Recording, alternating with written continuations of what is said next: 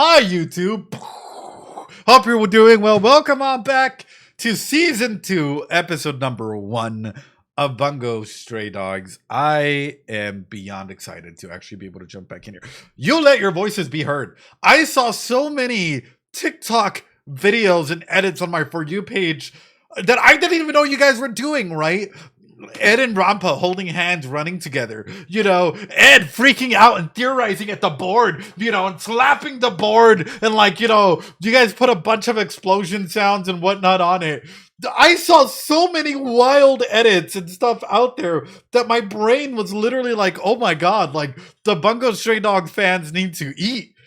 They want food. That's exactly where my mind was at. Is y'all just wanted food.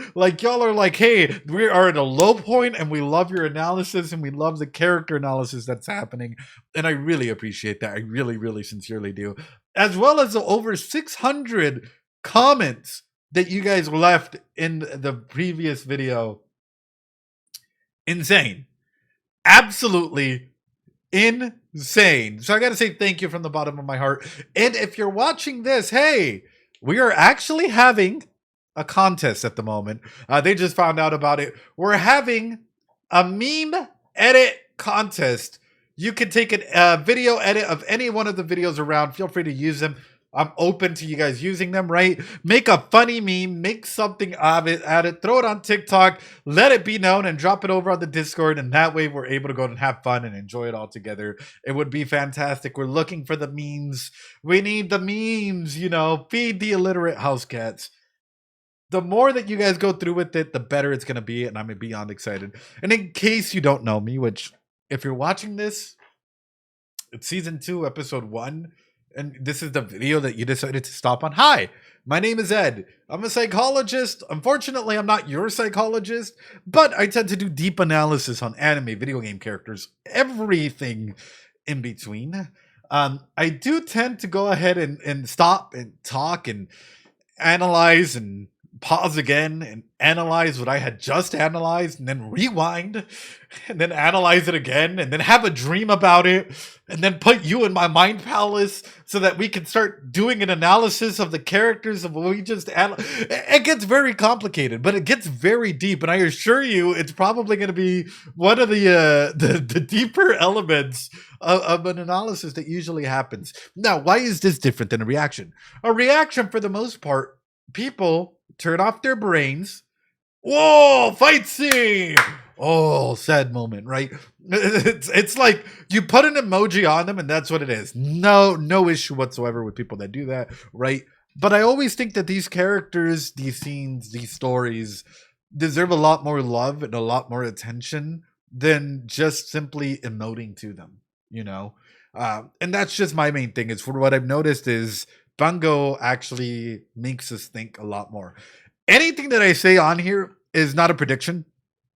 I'm not in the business of predictions. I'm in the business of psychology. I'm in the business of understanding the mind and behavior. Now, at times you might be like, oh my God, like clutching your pearls and like, how did Ed get to this little element here?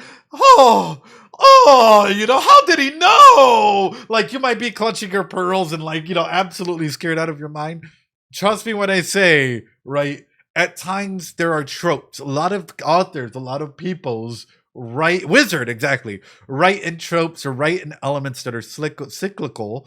And I've been doing this for over 5 years on YouTube and a long time doing case management therapy and then full on as a psychologist. So you get to see these cycles, you understand them, and you make informed jumps to conclusion is the best way for me to put it, right? And at times I'm able to explain my thought processes with 1, 2, and a third whiteboard. And at other times it takes a conversation that we usually have after the episodes. So come and join us. Anyway, with that being said, I hope all of you are practicing some self-care. And I want to start off by asking a question. I had a dream. Okay. I had a dream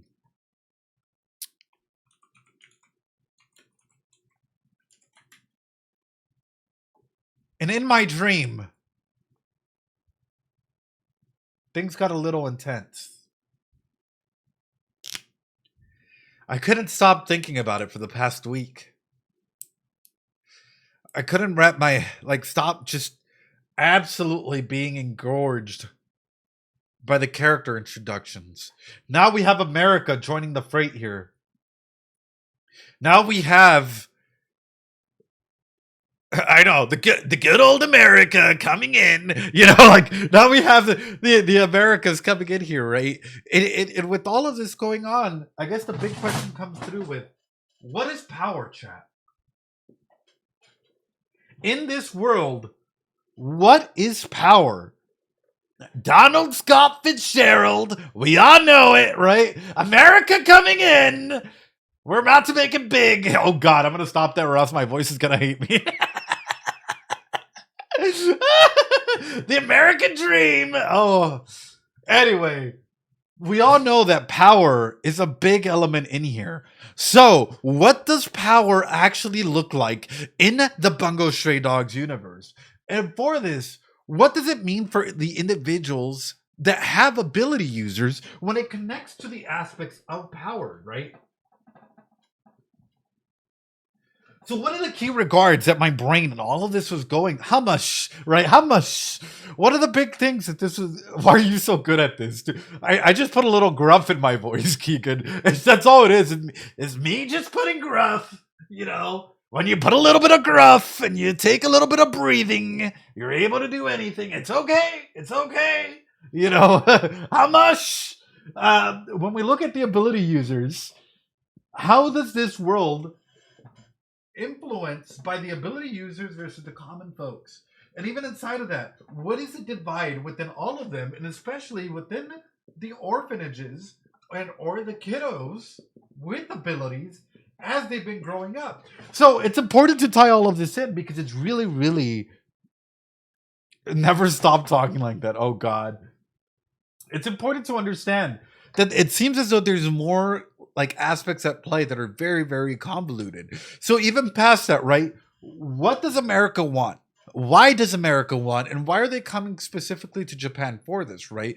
There has to be, when you start tying all of this in together, one of the key features that comes in is all of this, right? And even past that, is America actually trying to come in just to take over? Or are they trying to go ahead and mimic sort of what the detective agency is already doing? That's where my brain started going into. And I hope this makes sense. I'm going to be cracking this a little bit quicker, okay? Part 2.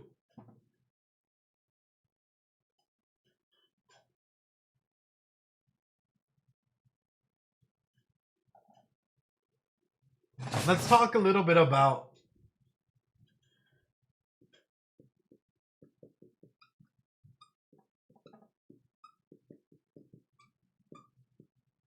similar, but not the same.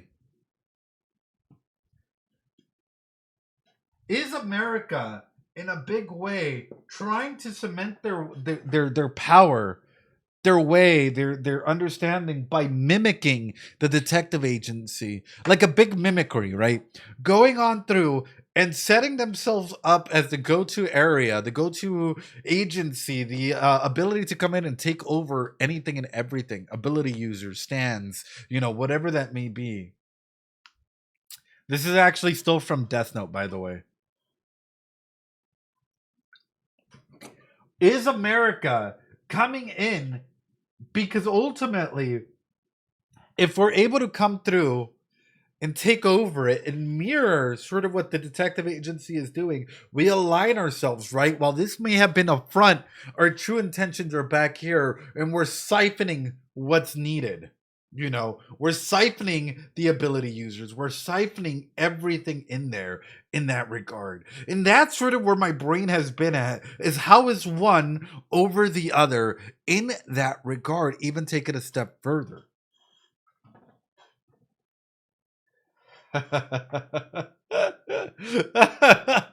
Hold on. Step 3. Okay. Y'all ready? Are Are y'all ready? I think I've written up my masterpiece here. Welcome on in, everyone. My brain is fried.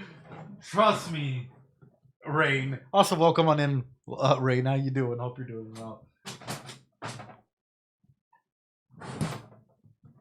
One of the big questions that I've been asking myself from the very beginning is, how does Dazai fit into this very picture? And what does Dazai look like in general? When we start understanding who Dazai is as an onion, as an individual, as a donut, right? We start going ahead and breaking down the main components of this entire storyline. You see, this entire storyline is centered around change. And it's centered around the aspect of change that Dazai brings into this, right?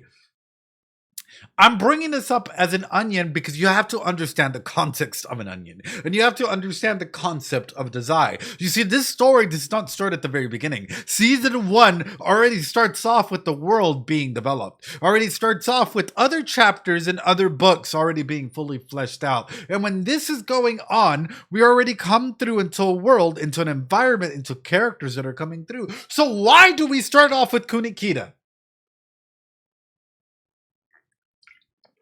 Chat, why do we start off with Kunikita? That is the question I want you to hold in your head. Oh, not Kunikita, my bad. Atsushi. The drink pause. Why do we start off with Atsushi? Kunikita's always on my brain. Why do we start off with Atsushi? That is something I want you to do to hold on, okay? Keep that locked in. Keep Atsushi locked in, okay? So whenever I started looking at this, I started wondering a little bit about design. I started wondering about who Dazai truly is. And one of those key aspects is sort of the implementation of Dazai, and most importantly, their time in the Port Mafia. One of the key things that comes into this is, why did he go ahead and go through an aspect of convergence, right? And going to the Port Mafia and then going to the Armed Detective Agency. What caused that sudden aspect of change for Dazai to go ahead and go through from one side over to the other, unless there was a power imbalance or something absolutely unforgivable that noted that even though Dazai might have been high up there, the chain of ladders, chain of command, no matter what, he was not going to be satisfied, and his life truly meant nothing in any capacity. Looking at this, it made me wonder if Dazai did not become aware at some point in time about a bigger plot, a bigger element, a bigger fume, a bigger, how do we put it, plan. And he's just a simple cog in the wheel. And that this version of Dazai is dead. That this version of Dazai is one that he has tried to bury as he's changed into the detective agency. Now, I know what you might be saying. Ed, what are you talking about? How are you talking about this, right? The way that I viewed life and change, right, is what is death, chat? What is death, chat? In general, what is death considered? For some, it's an end. For others, it's the process of change. Change from one side onto the other. Loss of life, transition into something bigger, to be reborn perchance. Do people die when they are killed?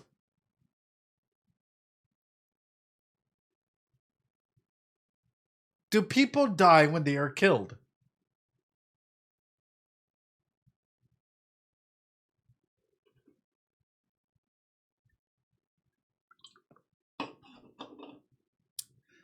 People die usually when they are forgotten. Their legacy lives on. That is something absolutely crucial to think about Dazai, because what is his legacy at this point in time? And that is something that's been eating at me, you know? Yeah.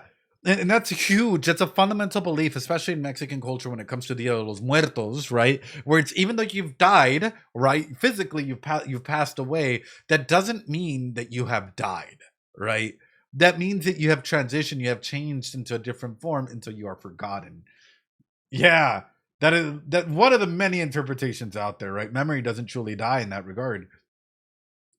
So we're looking at this, right? And I'm looking at this big aspect of things, and it's like, what has Desai's legacy been so far?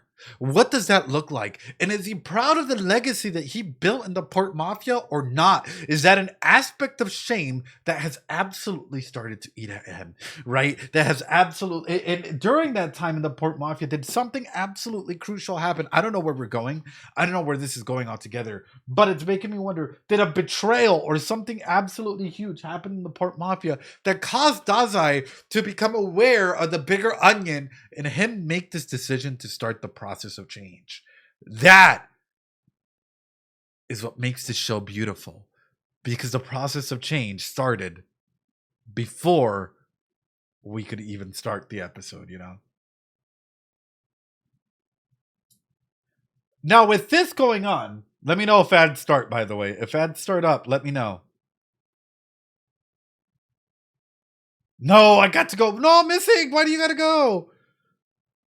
Ah, it's okay. No worries. I appreciate you. Food. Go get food. So, with that being said, this is the primary question, the primary analysis that came into my mind, right? What is Dazai? Where has he gone? And most importantly, how has Dazai transformed and changed into the Dazai that we know now? That is part one. And that is a big thing, is aspect, legacy, and sameness. And with that being said, ads are up, so we'll wait. We'll pause right there before we go into section 2. Ads are up. Ads are up. What can I say? Ads are up. We're pausing. We're pausing. Anyway, are you guys enjoying it so far? Yeah, grab a drink, grab a snack, no worries. Are you guys enjoying this so far? Yes, I'm glad. I'm glad that you guys are enjoying the deep analysis. We're just getting started. We haven't even touched the episode. This is just like looking at the series so far as a whole, right? And what does that mean, right?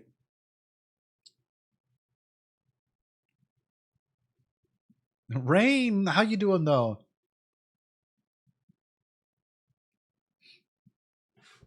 Oh, thank you so much. You already got your cake?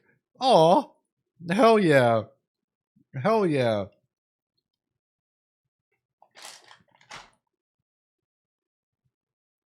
You're fine. Are you? Hell yeah, Sylvia. Welcome on through. Welcome on through. Also, I'm going to let Loki out. No worries. I'm waiting. I'm going to let Loki out. I'll be right back. No worries. There's still some people in ads for like a minute. So don't you worry about it. Don't you worry. Don't you worry, child. Because Ed's got a plan for you. Are you guys holding up? Okay. Does part 1 make sense, chat? Does part 1 make sense of the analysis so far? Okay. Ready as I ever will be? Absolutely. I hope you guys are okay. Hopefully I don't have like, I'm not like making you guys just laugh maniacally behind like your screens like he's totally wrong. And if I am, it is what it is. As I mentioned, right? This is an analysis just from the characters and from season 1, from what we've seen so far. Please remember to take care of yourselves at any point in time throughout this stream. I know we all get so like invested in the characters and stuff and worlds that it's great. Anyway, now we go on to part 2. We talked a little bit about life. I am putting this hat up like this. We talked a little bit about life. Let's talk a little bit about Dazai's life and your life in general. We talked a little bit about death. Let me put this on right. Oh, I'm breaking my headset here. We talked a little bit about death. We talked a little bit about being reborn. about like rebirth and change. But for Dazai, how has he lived his life, chat? How has Dazai lived his life? Has Dazai lived his life in a way that he is genuinely proud of? Or has Dazai lived a life of shame? Like, I know there are aspects in my life where I lived my life with some aspects of shame, or some aspects where I know I could have done better. I know that there's a lot of things I could have absolutely have improved on, right? But for him, especially as a former executive or high up in the ladder at the Port Mafia, how has he lived his life? And is it something that he's genuinely like okay with? I'm fixing my headset. Apologies. So that's where this line of questioning comes through next. Bah! Maybe I just shouldn't go all the way through it. Yeah. Because that's the big point, right? Is no longer human. Yeah. Well, that's sort of what I'm getting at, right? Is his ability, how he is as an individual, because he is one of the most layered individuals out there. So are a lot of the other characters, Rampo, you name it, right? They're all layered individuals, and that's why when we're looking at this, we have to bring what I like to call the old world or the old war aspect. For me, the way that I view this world in general is that there has been a war. There was something major that happened that caused a great split, altogether. And this split caused for a lot of subsidiaries to start forming, such as the Port Mafia, such as a lot of other organizations that we may see or we may not see, right? This is theory at this point in time, right? Where they are, these in the organizations like this are a step below them, right? Because the Zaya at this point in time was under the Port Mafia, not understanding the great aspect of the old world, of how everything comes together, right, to try and rule stuff. Clearly, by the way that America comes in, right, and thinks that they are at the prospect of absolutely, how do I put it? Like they call the shots when they don't call the shots. And this is why we have to understand these components, right? Whether it's America, China, England, Russia, France, whoever's out there, right? What capacities have they had with the Port Mafia and other organizations slash subsidiaries out there in setting up a network of ability users and or control segments? How does this look like in a country city basis in an element where not a lot of individuals are aware of the higher levels of control that are actually happening inside of this? Now, once you put this into perspective, how many people must die for the old world to truly come through and how do you put it? Like consolidate their power and have full and utter control over every element in here. When we're looking at this, right, could this be perhaps be the reason why there's so many orphans in this story? And that might be a big reason. That's sort of where my mind is pushing to as well, right? Is because everything's been structured out in a way of fear and control and manipulation and the black market that's being run. There was clearly an old war. There's clearly a desperation of aspects in here. But the desire and this is where it comes in, right? Did he come to understand that he's just a cog in the great machine and defected because of betrayal, because individuals out there maybe did not meet the actual expectations of what was to be what was to be there. Maybe him seeing all the death, the like hundreds of things that may have been happening at the Port Mafia, to go into the detective agency, to be an aspect of change, to try and go ahead and save others from this giant cycle of a machine. Does that make sense?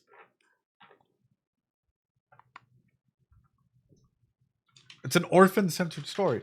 We're not there. We're not done yet. I'll take a pistachio and eat it. Part 3.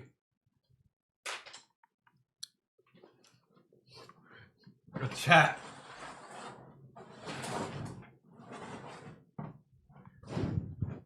This is where it comes through.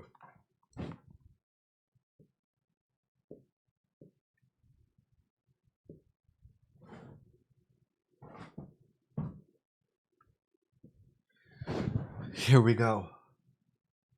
This story starts off with Atsushi for one singular reason. This story starts off with Atsushi for one singular reason. They are the agents of change that's needed for Dazai's agents of change to come through. Atsushi is the agent of change that's needed for Dazai and everyone else to be aware of what's coming. So with Dazai coming on through, right, and being the agent of change for all the ability users, as well as like Kunikita, the detective agency, right, and in the process being a change for Dazai himself, which ends up being where Dazai and his agent of change, right, this aspect of change. Right, because we have Kunikita, we have everyone at the detective agency playing a huge role inside of this because Atsushi is coming in. Since Atsushi is coming in, and Atsushi is starting that process of change, and it's starting making people reflect and holding up a mirror onto others as well, and allowing them the process of self-reflection, self-change, of growth, of like, hey, you know what? Like, you know, I usually wouldn't help you, but here you go, right? Little process, little elements, little things like this cause this giant cycle of change, which is beautiful because it happens in real life. Will this cause an unveiling of Dazai? Will this cause an unveiling of Dazai? Where Dazai, in the process of change, will either have to be aware and confront the past, or start looking towards the future. And if it does come through into the past, is he actually a friend? Or is there a lot of elements that are still hidden and masked? Because if that were to come out, individuals wouldn't look too kindly as to what they've done. And when it comes through, does he leave the agency or does he stay? Because he might be framed for his past. And that is where things get juicy, chat. That is where my mind has been theorizing all of this. It's been theorizing, how does this all play together? How has Atsushi, Dazai, and like everyone's relationship been coming together or not, based out of the agents of change that has been like happening in this regard? But that's just a theory. That's just a side theory. I'm sorry, everyone. You can put your pistachios away. Welcome. Yeah, I hope that you all live a life that you're happy worth living. You know, a game theory. Yeah, a game theory.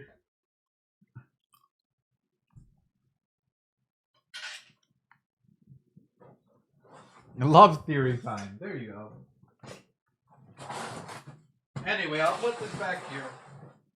I just hope that at some point in time, we get a reflection into Dazai's past. I think that would be sick. And maybe a little bit about like grief and what the process of change means, you know? Like that's just something that personal that I wish. But I don't know. We've been at this for over 45 minutes, so. All right, chat, you ready? Set.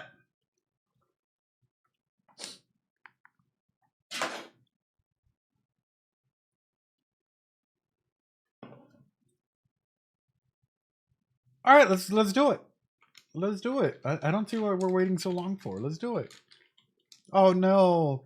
Next has a headache. I'm sorry.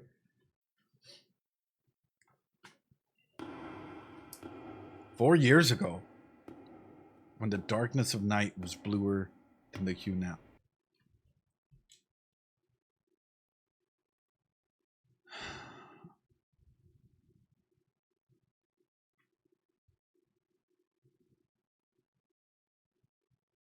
I could have just played. I could have just pressed play. Chad, what the fuck? No, y'all could have just. Y'all could have just told me. Y'all could have just fucking told me. It's driving us crazy. Dude, y'all could have just been like, fucking press play, dude. No. Oh, God. No, we couldn't have. That's fucking crazy. That's fucking crazy. No, we're not allowed. I am literally jumping. Interesting wording, though. When the darkness of night was a far bluer hue than now. Now, chat, what is that trying to say?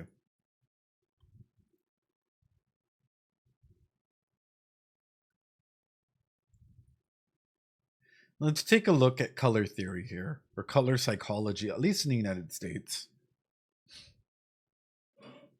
Yeah, blue, sad, lonely, vulnerable, despair, guilty, depressed, hurt, embarrassed, disappointed, inferior, empty, remorseful, ashamed, powerless, grief, fragile, victimized, abandoned, and isolated.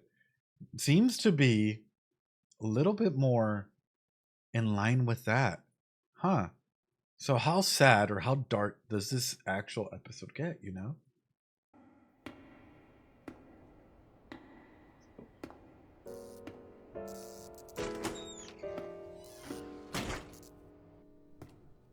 Yeah, Odasaku. Odasaku, new character. 悪いね、先生。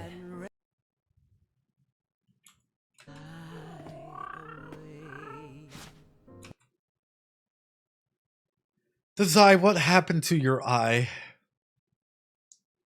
Are you covered up? Like, is this metaphorical saying, like, showcasing that you can only see half the truth? So, like, you're half in darkness, half in not. You know, you're hurt, you're bandaged. I know the cat.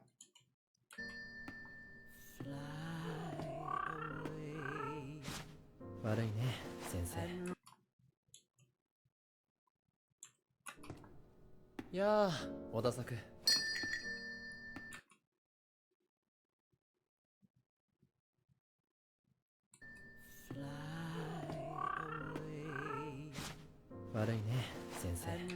Is he saying sensei to the cat or to Odasaku?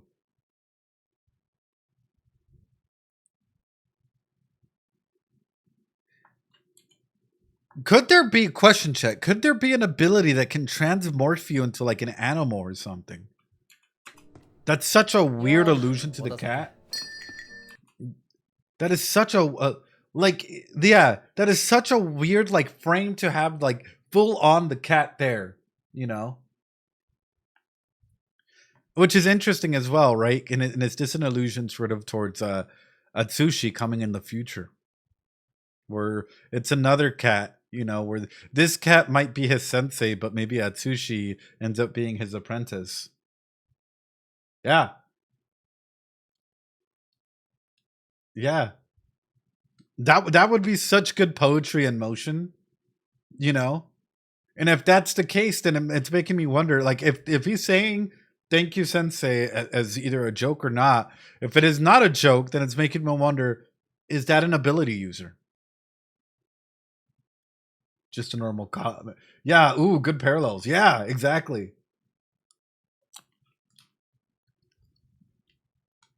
How's he even talking to the cat? I mean, I talk to Loki all the time. You know? I mean, he's laying down over there. I talk to him all the time. That's the illiterate house cat.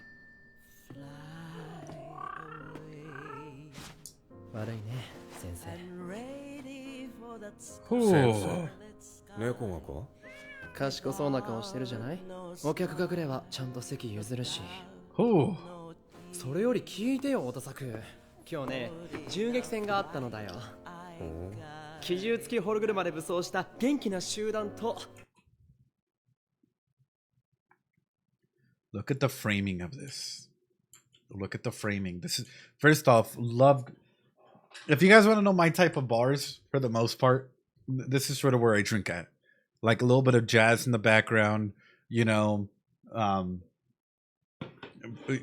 There's a couple mods that, yeah, it's a little old timey, but it's nice because there's not a lot of like, hate to put it this way, people causing ruckus, so you're able to have like genuine conversations there.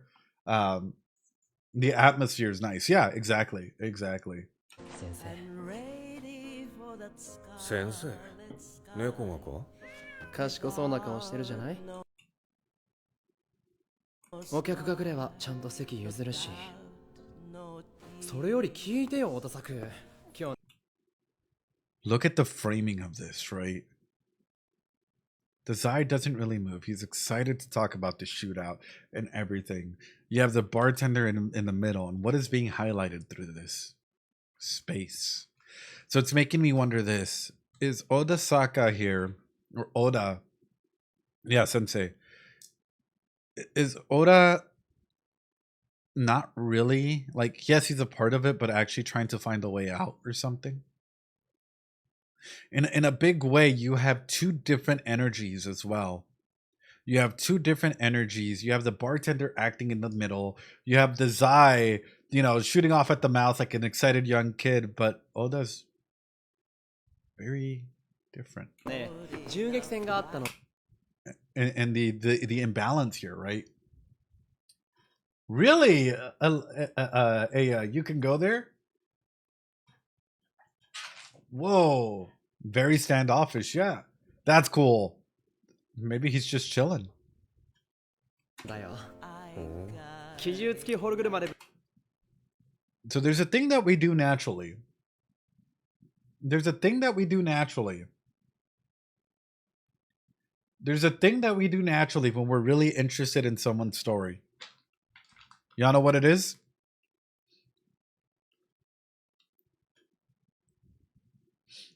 Yeah. Or we match we mirror. Or we match another person's gestures, right? Their body language. We do small little actions to try and be aware. Like, how many of you that are on the tism, on the spectrum have the tism, are neurospicy, have learned how to mask by matching energy, matching like body language, matching little things like that, just to make the other person feel heard. I know a lot of people have learned how to go ahead and do that for that, right? For a lot of people, it comes naturally, but for a lot of others, it's a learned aspect of things, right? And I say that, I know, I do, and I do with pets. Yep. Oh, Rain. It's important to highlight that because he's not matching the Zai's energy. He's not even leaning in. Well, he's not even like, so he clearly, Oda has a lot on his mind. Seeing how excited the Zai is, like, on all of this is, definitely not the Zai that we know nowadays.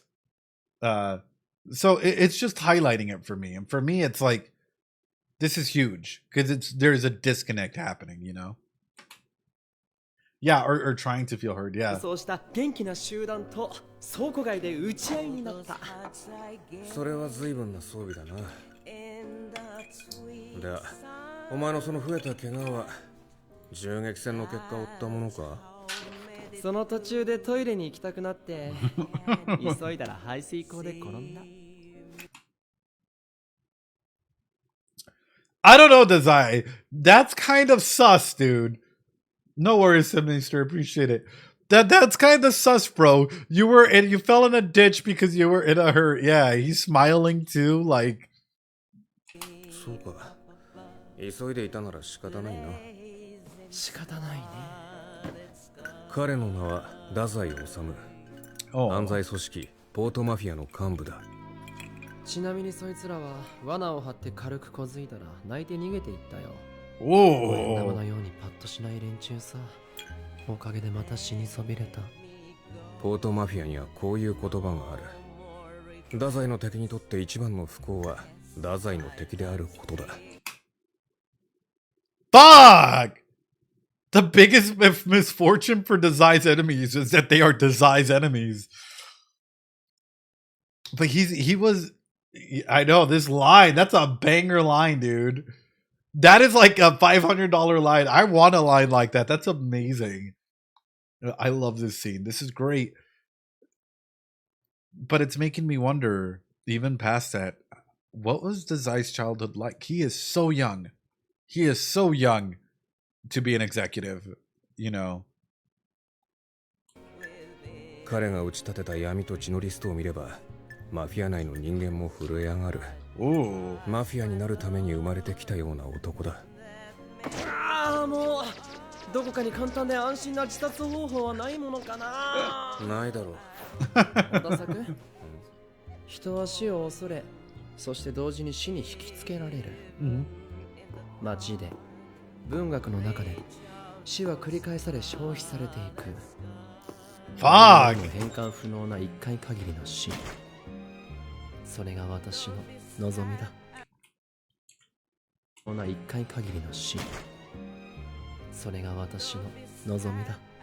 A finality, right? A point. That is such it kind of brings a little bit more closure, right? To the entire, like, yeah, an ending. And I think with that, it's interesting that Dazai wants the control to end his life as opposed to somebody else having that ability for him. Like, that is such an interesting, like, perspective to put in here, right? Is like Dazai at any point in time is always, you know, thinking about ending himself, right? I.e. the power that he holds within himself as opposed to, like, the outside world in that regard. Like, you know, natural means, whatever that may mean. Yeah, y'all, whatever happened, I don't know what's going on, but please chill. Yeah, please chill. I don't know what's going on. I clearly missed it, but yeah, chill out. というわけでマスター、洗剤を一杯。ありません。じゃあ洗剤ベースのカクテルを。ありません。ないものは仕方ないな。小田作さん、それ突っ込むところですよ。あなたが突っ込みをおろそかにするから太宰君が暴走するんです。アンゴ。鼻筋で後頭部に突っ込むくらいがちょうどいいんです。今日は車なのでトマトジュースを。Wait. 突っ込むくらいがちょうどいいんです。今日は車なのでトマトジュースを。しばらくぶりだね。仕事帰りかい？ひどい一日でした。密輸品の買い付けに手間取りましてね。How did we go from this? How did we go from this to my XP bar is low? I'm not even in this episode yet, and I'm already getting bullied by Ed. Oh God! Like, how did we go from like classic wearing suits and shit, like?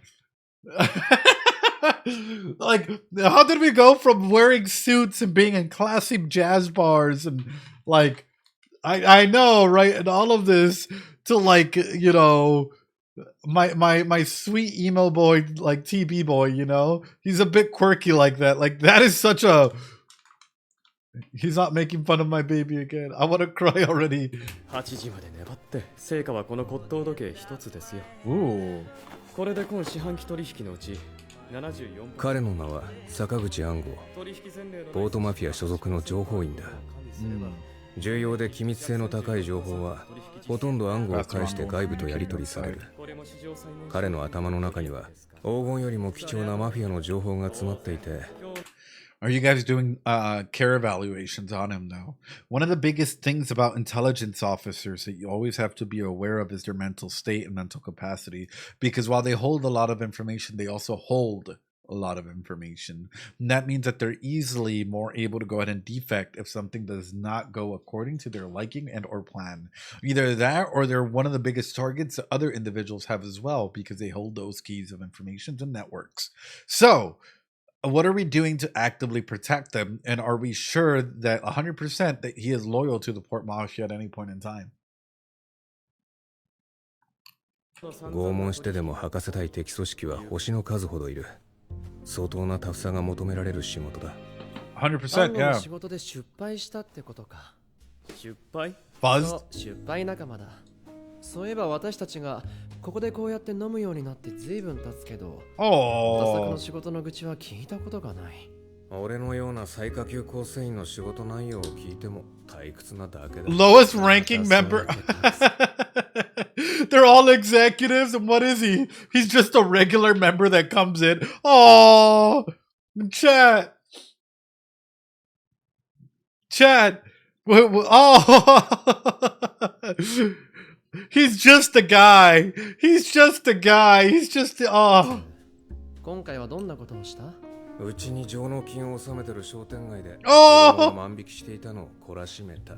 フロント企業の役員が愛人と妻に挟まれた修羅場で Shell companies あとは executives. マフィア事務所の裏手で見つかった不発弾の処理。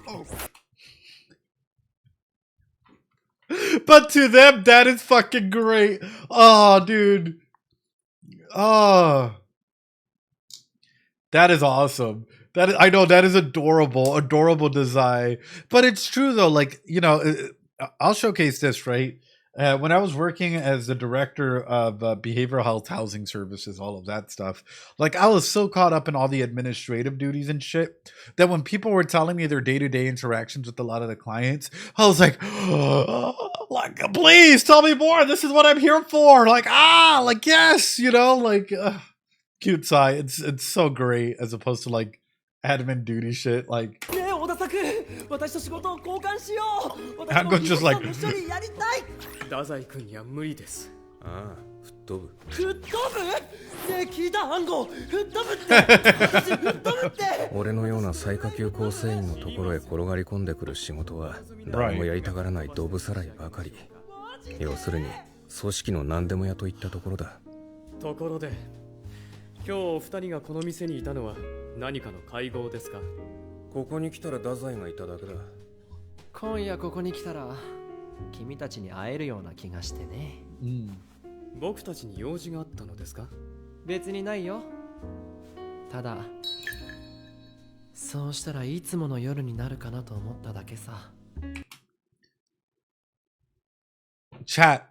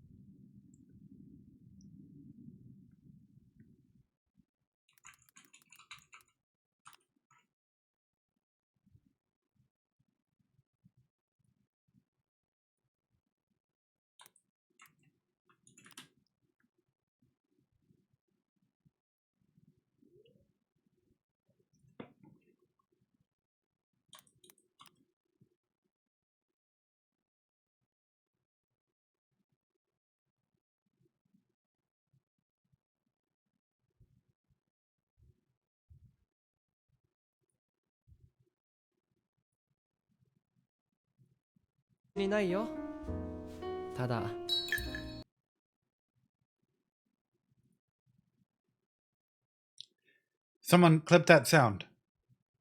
Someone clip that sound, please.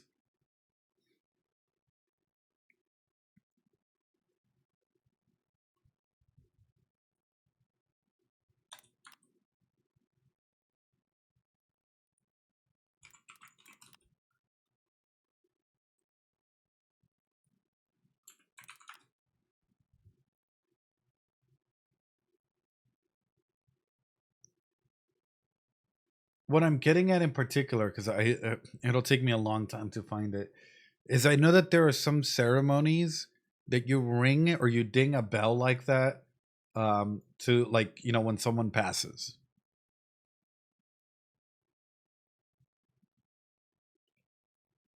So it's making me. It's like a ceremony usually whenever it comes through with an aspect of death, you know. So like hearing it and seeing as though it's already been done once in the past, you know, when we first created this episode, and then again, it's making me wonder: is everyone at this table gonna die?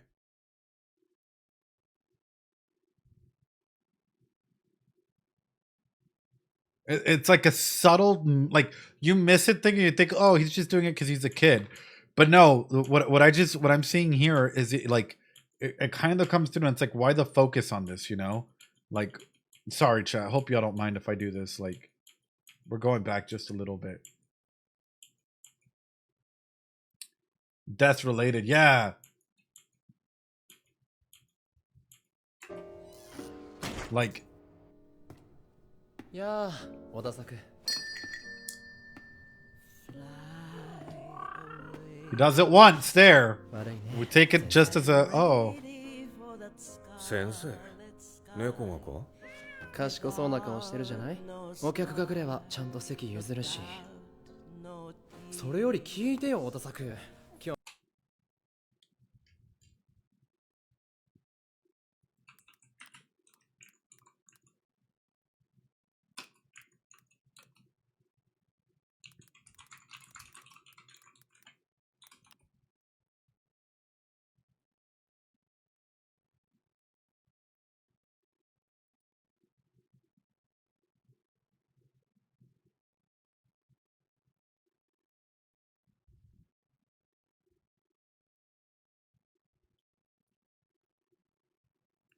This is so fucking cool. I feel like it's one of those things where you just, if you I don't know.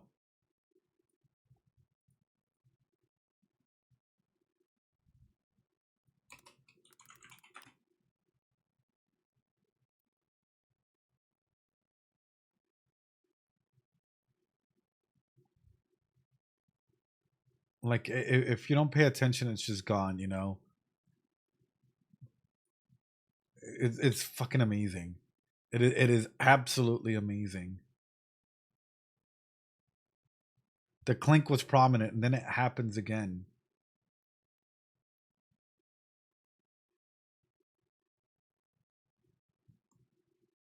It's actually so crazy to notice. You think so?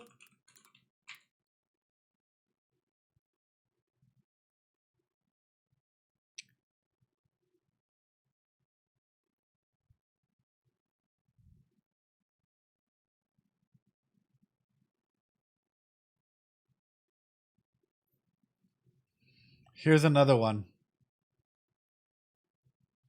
Here's another one. And it's aiding a lot more to my belief structure at the moment. You're calling a cat sensei? 賢そうな顔してる。 Right? Doesn't he look wise? Cats in Japan, Kasha, flaming cart. Originally, this Floctor, by the way, this is a cat. A superstition around death. It is believed that if thunder was heard during a funeral, Kasha, a cat, was on the way to snatch the dead body. The practice of placing stones in coffins is a way to stop corpses from rising up and joining the Kasha in his fury cart. It's also important to leave a cat alone in a dead body and let him transform as he drags the corpse away. There you go, flaming cat. Cat witches of Japan. Mm-hmm. About Kotabe. So many different things out there, right? Or you are insane for noticing this. Am I? Hold on. Chat, is this actually crazy? Like, has no one actually thought about this? Or like, am I just like so off the wall that like maybe people don't notice it on their first walkthrough or never? It is crazy. Dude, like I'm looking at this, I'm like, that is so prominent that I'm sure others must have picked up about like on this. No way. Because I'm looking at this, right? And what do we have, right? We have the cat, right? And we have the cat over there, Sensei. He's always talking about death, which goes into conversations about death and dying. And the little ringing of the bells, a ceremony for death. So this whole aspect, this whole opening sequence is nothing but a conversation with death itself. That is what I'm taking this as. And my opinion is I think all of them are going to die. You notice everything. No one's seen. All right, Edogawa Rampa, we know it's you. You can stop pretending. Oh, God. I guess I gotta not activate my superpower here. That's cool though. Thank you. I really appreciate it. And I hope you guys are enjoying it so far. Anyway.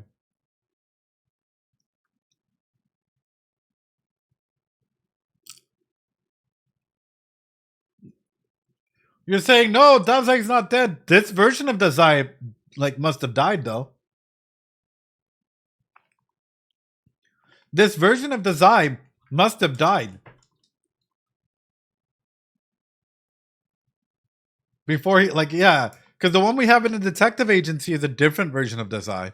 You know, it's a different aspect of change of Dazai.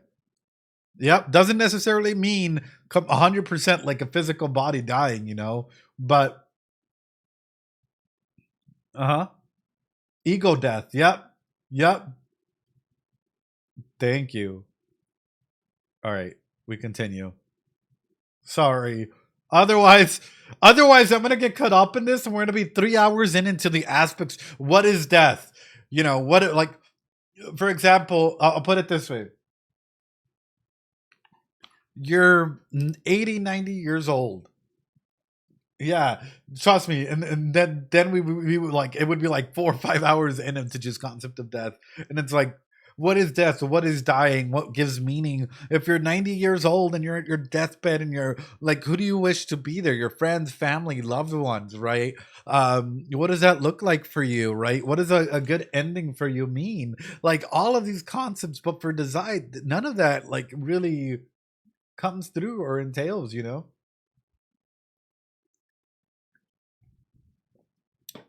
I wouldn't mind more deaths. I love for that. Most development arc includes some type of ego death. Yes, well that's a big thing, right? Is that's how we start. And again, that's sort of the cocoon, right? We have to die in order for us to like or have an ego death, a version of an ego death, for us to come out of it again. Anyway, I might be overcooking here. I might be seriously overcooking. We'll just continue. アンゴも仕事で失敗したってことか。失敗？そう、失敗仲間だ。そういえば私たちがここでこうやって飲むようになって随分経つけど、オタ作の仕事の愚痴は聞いたことがない。俺のような最下級構成員の仕事内容を聞いても退屈なだけだ。またそうやって隠す。今回はどんなことをした？うちに上納金を納めてる商店街で子供が万引きしていたのを懲らしめた。フロント Maybe this is why. Hold on, chat. Maybe this is why, like, I have a feeling both the gentlemen will probably, like, full-on die if this is the symbolism that it's going for. But for Dazai, it is only a half-death. Because he can only half see the truth while the other half is in darkness at the moment. So that's why, like, you know, emotionally or whatever that change might be, it's only like that's even the character design. What the fuck? Wait a minute. You know, because in this world of ugliness and whatnot, everyone can see clearly except Dazai, where he can only see half, right? Yeah, wait a fucking minute, right? So it's like a part of him will die, right? The part of him that might still see a little bit of that might have to change. While everyone else, it can clearly see death and all it's incarnate in that. Yeah. Dude, that is sick character design. That is how you do a fucking character. Like, that is sick. Yeah, that is. I might be onto nothing. That might be onto nothing. But for me, looking at this, it's like, oh. またそうやって隠す。今回はどんなことをした？うちに上納金を納めてる商店街で子供が万引きしていたのを懲らしめた。フロント企業の役員が愛人と妻に挟まれた修羅場で仲裁。あとはマフィア事務所の裏手で見つかった不発弾の処理。ねえ、小田作、私と仕事を交換しよう。私も不発弾の処理やりたい。太宰君には無理です。吹っ飛ぶ。吹っ飛ぶ？ねえ、聞いた？暗号、吹っ飛ぶって。You said blown up. I could blown up. 最下級構成員のところへ How far will I go? 仕事は誰もやりたがらないドブさらいばかり。要するに組織の何でもやといったところだ。ところで。今日お二人がこの店にいたのは何かの会合ですか？ここに来たら太宰がいただけだ。今夜ここに来たら。That's crazy. because the bartender was in between Dazai and Oda here, right? And you do that for me, and now the bartender just disappears, and now Dazai is the link between both of them. So that's every man versus, yeah. 僕たちに用事があったのですか？別にないよ。ただそうしたらいつもの夜になるかなと思っただけさ。それだけ。夜になるかなと。ただ There you go, second そう click. したらいつもの夜になるかなと思う。 Tonight might become the usual night if I did come.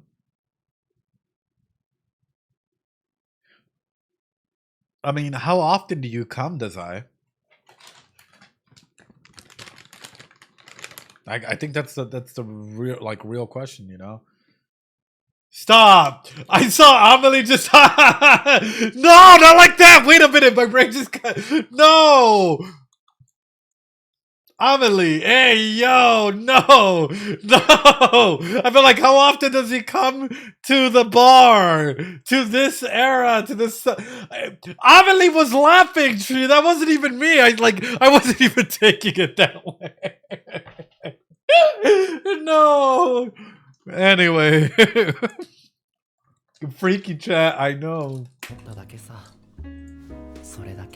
Aww.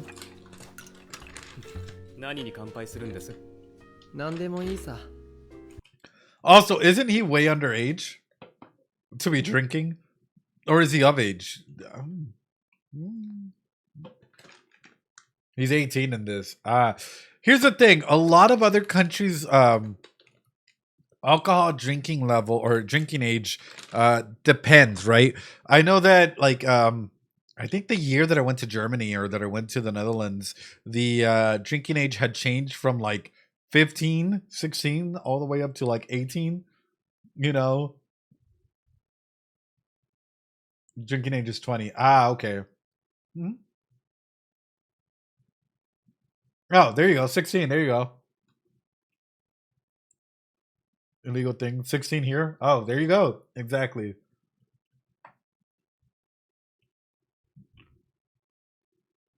For light alcohol, there you go. That's used to be 14. There you go. 理由が欲しいわけじゃない。ストレイドッグに To the stray dogs. They said it, chat. ストレイドッグに They said it. Chat. It said. They said the thing. Oh. ストレイドッグに。ねえアンゴ、そのカバンの中にカメラあった？ええ、仕事用ですが。写真撮ろうよ、記念にさ。記念？何の記念だ？ここに3人が集まった記念。Oh いつも3 no. 人で飲んでるじゃないか。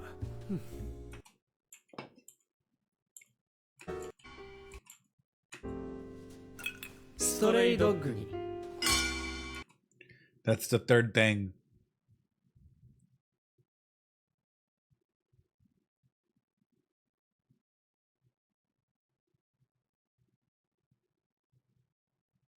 That's the third thing. I know.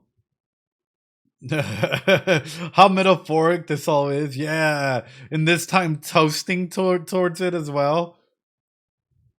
I'm sure it's nothing. I'm sure it's fine. It's fine.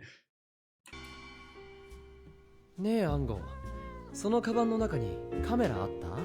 ええ、仕事用ですが。写真撮ろうよ、記念にさ。記念？何の記念だ？ここに3人が集まった記念。いつも3人で飲んでるじゃないか。Three of us 幹 always. 部殿の仰せのままに。かっこよく撮ってよ。このアングルが男前に撮れる。Oh, ability no longer human. It makes him look more manly. A cool design. He has all the aura, dude. Look at him. I wish I could take a good picture like that. Just hold on, Jojo. Pose. let me turn around and fucking do it like Jojo posed on that. Oh. That's so 僕はいいですよ。 ability discourse on decadence. Yo, why is the cat in all of them? That's kind of crazy. Ability flawless. The cat posing in them too. Is the cat actually a person? Ain't no way, brother. Ain't no way. Yeah, flawless. No longer human. 僕はいいですよ。 Discourse on decadence. なぜ急に写真なんだ？今撮っておかないと我々がこうやって集まったという事実を残すものが何もなくなるような気がしたんだよ。Oh. 小田作、カメラ。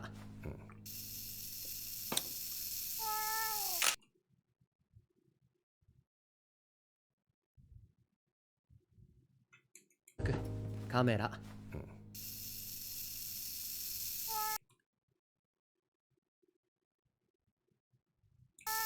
Oh no, bro. その通りになった。その日が我々の間にある目に見えない何かを写真に残すことができる最後の機会になった。Oh. Maybe it was just the death of this friendship. Oh. You never know when the last time it is that you're going to be with someone, right? You never know that the last moment that you're going to have like an actual moment with someone to be able to connect with them and like have these meetings before everything changes. Like if you meet with them again, maybe everything has changed and you guys were at a stable period and now you guys are down here in like a moment of like you know, all together, like yeah, like craziness. Like are you okay, Missing Implicity?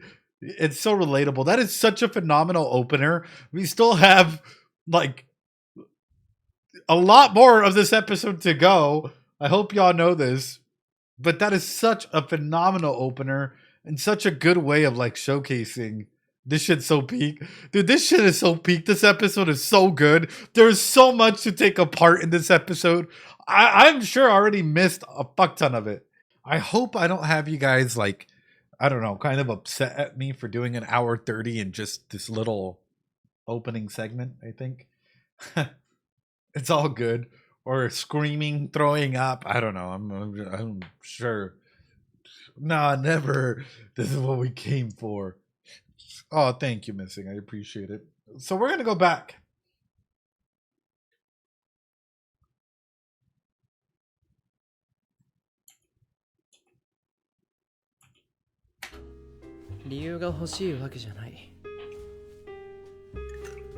Stray dog に。 So the stray dogs.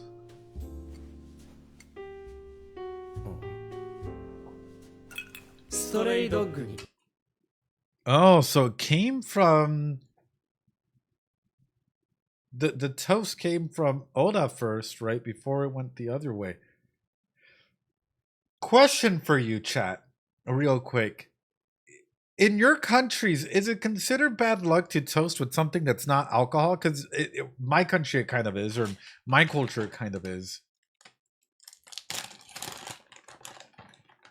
Yeah, right? I got no clue. Like, I haven't heard of that. Like, my big thing is, like, if you're going to make a toast, like, you know, or not in Germany as far as I know, in my country. Yeah. Yeah. No idea. So some people are saying yes, some people are like no. Because doesn't this kind of, like, if that were the case, doesn't this also kind of post to, like, bad luck as well? And then, well, especially considering it's orange juice, which is kind of interesting. Because the others are drinking... Ooh. The others are drinking alcohol, right? And then one of them's drinking orange juice, you know, or tomato juice. Orange, yeah, thank you. Tomato juice, not orange juice. Thank you. Tomato juice. Huh.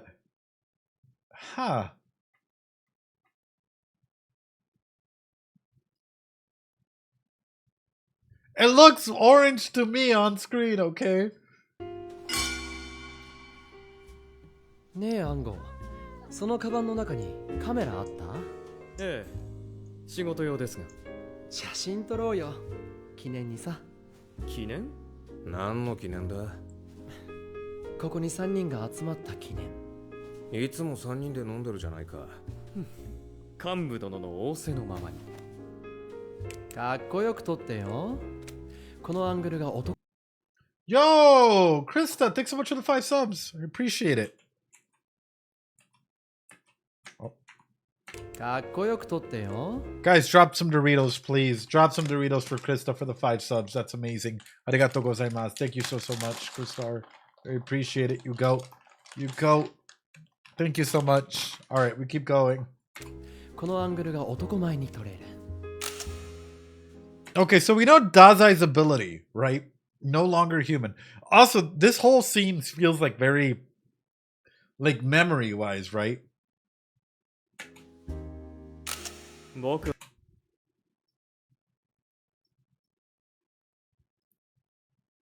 Discourse on decadence.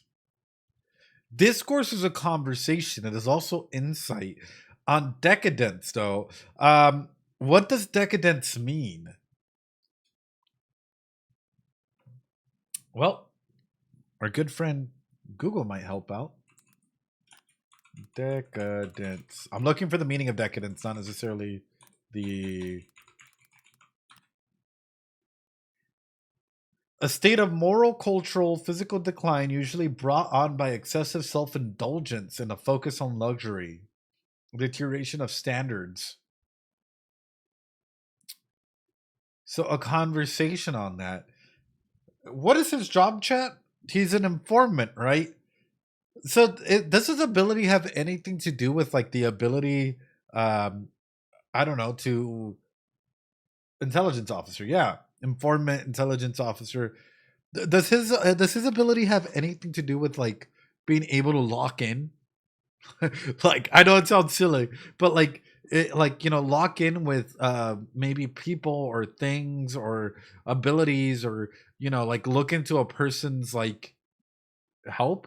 Like no, currently in ReZero we have a thing called the Book of the Dead, right? Where it kind of has a person's history, right? But discourse on decadence, especially when it comes to like decay of self, the decay of others, it's making me want, or decay of things, it's making me wonder if he's able to go ahead and like have communication with either physical or non-physical things, right? Like, or items, like people, so on and so forth. It's like, what does his power entail? Like, is he able to go ahead, like, how does it fit his intelligence officer job, is what I'm getting at. So I'm assuming it has something to do with him being able to go ahead and like pick things apart, or be able to look at memories, or be able to go ahead and understand others. Like, that's such a cool ability, like ability name in general. Nope. はいいですよ。 Yeah, like an understanding of the other psyche. Flawless. 僕はいいですよ。 Now, flawless. Flawless victory. Oh no! BSD at least #1 fan. Have a good night. Thank you. Arigato. This ability. Flawless. Does it just mean that he can't be touched? And if so, what does that mean? Or he just does everything perfectly? But in what capacity? Flawless morally, physically, emotionally? And if so, if it's all these jobs that they're doing, I'm surprised that he hasn't gotten hurt. So does his ability allow him the opportunity to not get hurt? To be flawless like in Mortal Kombat? Maybe a sort of cheat ability or something that gives him insight into what's he's doing them flawlessly. Like the ability to walk through and like heal. I wouldn't say heal. I think it's more like, in Mortal Kombat, when you're fighting and you're flawless, it means that you don't get hit, right? It's usually like pretty good timing. So it's making me wonder, like, along those lines. It's like, does his ability have anything to do with that regard? Yeah. Or maybe it's just he's perfect all the time, right? I don't know. He's just perfect, actually. Perfect. Just perfect. It's being an Evo master. He can read his opponents like 6 frames ahead, right? Like a lot of Evo players. They're like, I know what's gonna happen. They start prepping the perfect man. Maybe a protection barrier. He's a man that doesn't talk so much. He's flawless. I don't know. I'm guessing it has something to do with something like that going forward, right?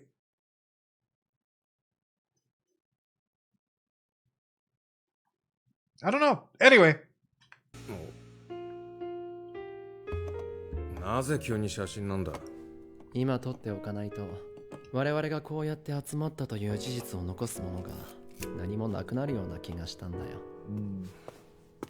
小田作、カメラ。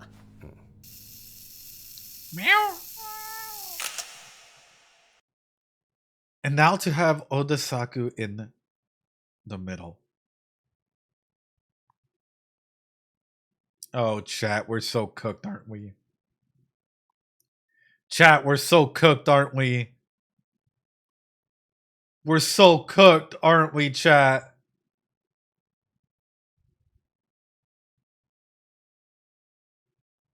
They have their eyes open. The Zai has his eyes closed. They're probably gonna die. Well, they probably all died in some capacity. I'm sure that they're probably gonna pass away in some way, shape, or form. About how reminiscent this is, right? But a part of the Zai maybe died this night. I don't know, dude. I'm looking at this and the fact that the Zai has his eye closed and everyone has their eyes open, despite him saying camera. Ooh, the symbolism in that.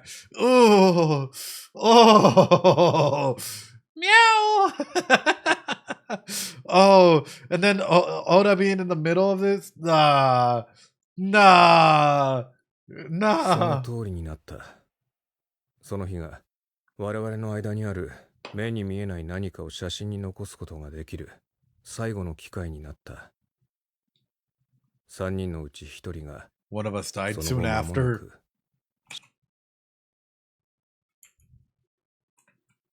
3人のうち1人がその後間もなく No. Wait. No.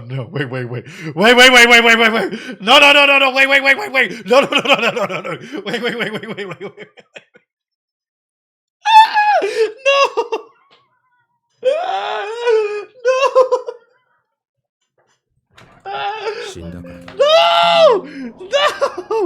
No. No, not like this. No, you had one. I had one more second. Let me tell you something. No, let me tell you something. No. Oh, God. Chat, never beating the alley. But the thing is, we've been so busy, there is no time for chat. It's just design considering his ego death. Oh, fuck.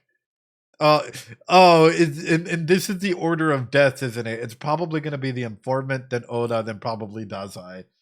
Oh, someone ban Ed for spoiling. Ban me, mods, for spoiling, please. Ban me, please, mods. God damn, what the fuck? I don't got one. 最後の機会になった。3人のうち1人がその後間もなく死んだからだ。Wow. Do I see the future? I wish. ポートマフィアの本部ビルに最下級構成員が足を踏み入れることはまずない。Under normal circumstances. 呼び出した人間にどんな用事があるのか皆目見当がつかないが、この組織にいる限り彼の言葉は絶対だ。Oh shit.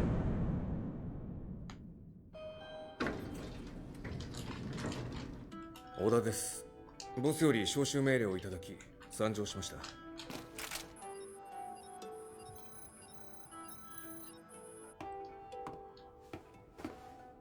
小田です。How many executives are there, chat? Thank you so much, Aishi. I hope that you've enjoyed it. Oda desu. How many executives are there?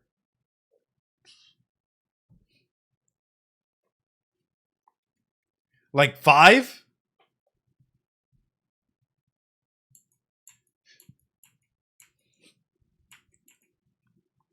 Six? I'm looking at the towers here. I'm looking at the towers here, and I'm assuming that there's... Yo! Christar with another 10 subs. Oh my goodness. Yo, drop some more Doritos on over for Christar. Thank you so much. Thank you so much. It means the world. It really does. I've been going through quite a bit, so thank you. Thank you. Thanks a ton. I hope you're enjoying stream. But yeah, how many executives are there? I'm guessing it's one. No, thank you, Christar. Thank you. Here you go. Here's a big heart. Arigato. I'm guessing that there is 6. 1, 2, 3, 4, 5, 6, based on the amount of buildings. 最下級構成員が足を踏み入れることはまず Also, hi, Rain. 呼び出した人間にどんな用事があるのか皆目見当がつかないが、この組織にいる限り彼の言葉は絶対 5 or 6, yeah.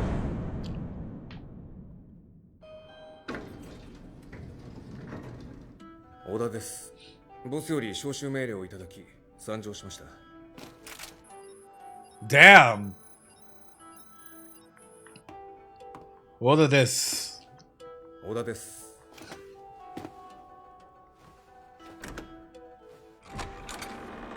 ボス、小田です。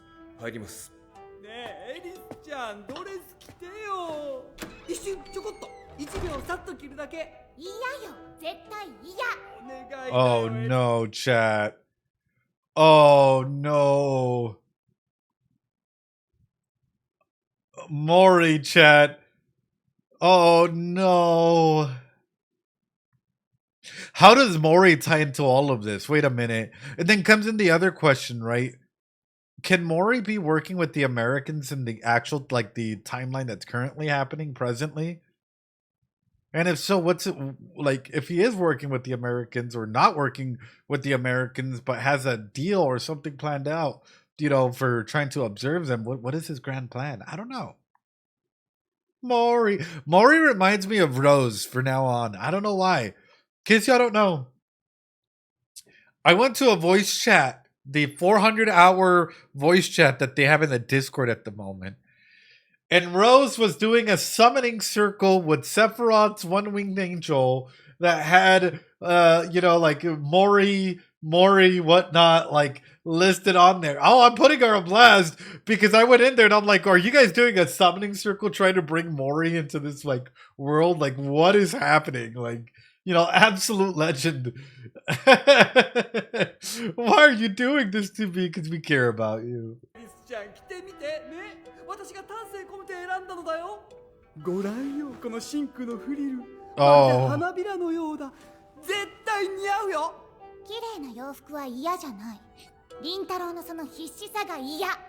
ボス、ご指示に従い参上しました。Oh.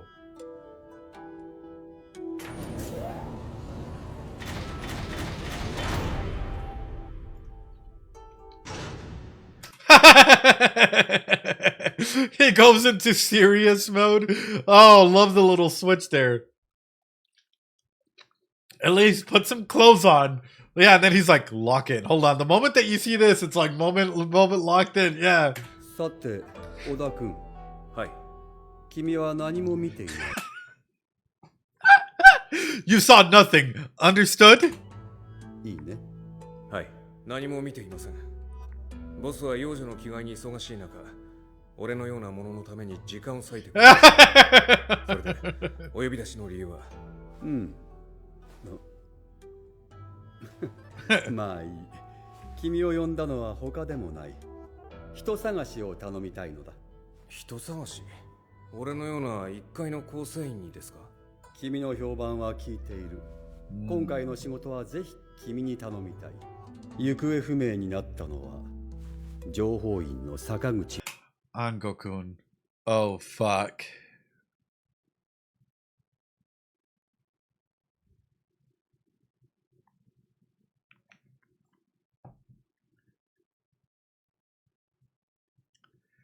So the question is, what did Ango-kun uncover? Chat. What did Ango uncover?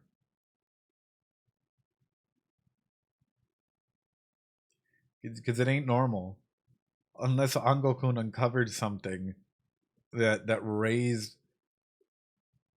That's what happens when you drink with tomato juice. I know. Ango. Oh no. Oh fuck. Oh shit. I'm sick. I'm gagged here. 暗号 No. 君だ。暗号君が消息を絶ったのは昨日の夜。自宅に戻っていないよう He だ。 never got home. 自ら姿を消したのか、あるいは何者かにかどわかされたのかはまだ分かっていない。知っての通り、暗号君はポートマフィアの情報員だ。彼の頭の中には他の組織に売れば我々を潰せるほどの秘密が詰まっている。 Fair. ただしそれがなかったとしても暗号君は優秀で大事な私の部下だ。何かあったのなら助けたい。銀の託銭だ。持っていくがいい。これを見せれば組織内では何かと便宜が図られるだろう。 Fuck, dude. It's an immediate like aspect of take it and go. Like, you know, here's a golden pass to get anything you need. Here's a silver oracle. Take it. I know it's a nice hall pass, but how far does this go? Holy crap, dude. I'm thinking about the world building inside of this, and I'm like, 幹部でも顎で使える。 you could even order 君は executives 幹部 around. の太宰君とは個人的に付き合いがあるそうだね。立場を超えた友情というわけだ。彼の実力は飛び抜けている。あと 4,5 年もすれば私を殺してボスの椅子に座っているだろうね。 Oh. In 4 to 5 years.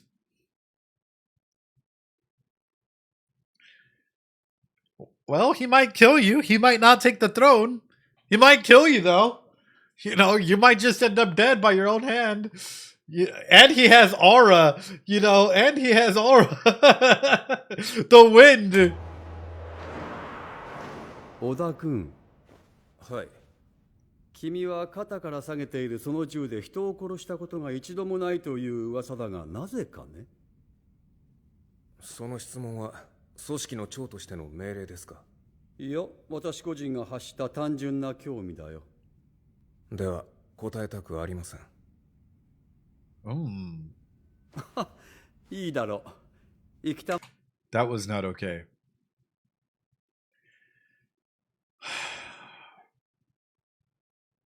See, Mori reminds me a lot of Memento Mori, right? And even his power, what is it? What's his power's name? Like, yeah, Memento Mori, right? Which is like, yeah, Vita Sexualis. Which essentially is like his whole aspect is around death as well, which is interesting because the first segment that we talked about, chat, was about death, and then what do we get? Death as well. As the executive that he meets with.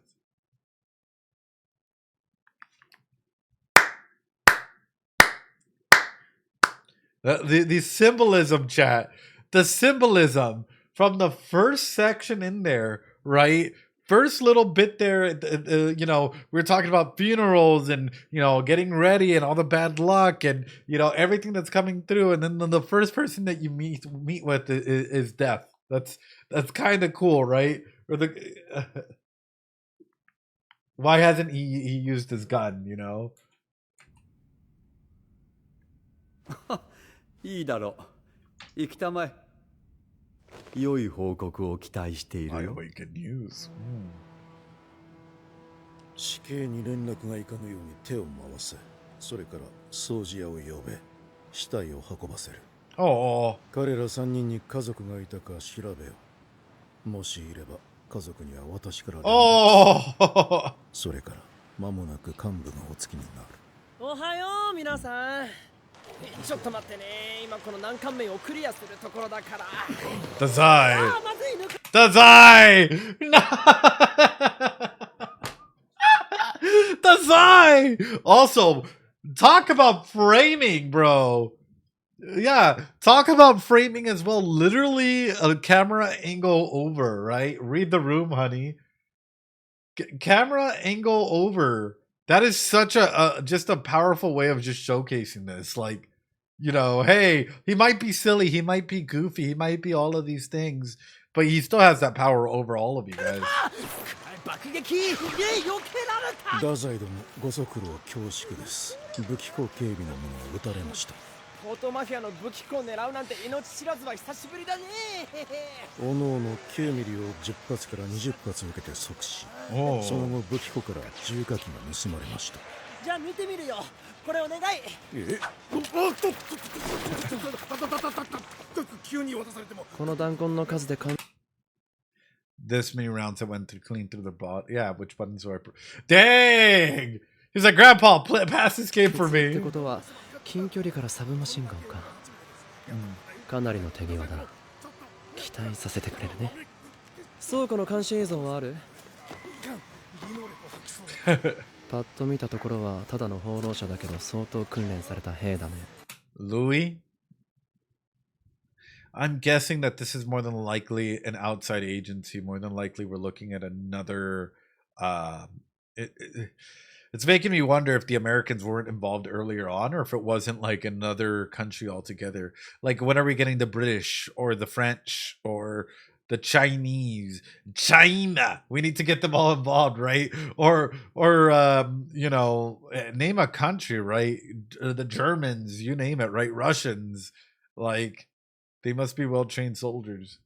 Yeah, welcome on in, by the way. それぞれが視覚を消すように移動してるしかしこの格好は Why take on this appearance? 広津さん面目次第もございますもう一度機会をいただければ必ずよこの銃わかる古い型式ですな私より年上でしょう、おそらくグラオガイスト欧州の旧式拳銃です。私この銃夕べ見たよ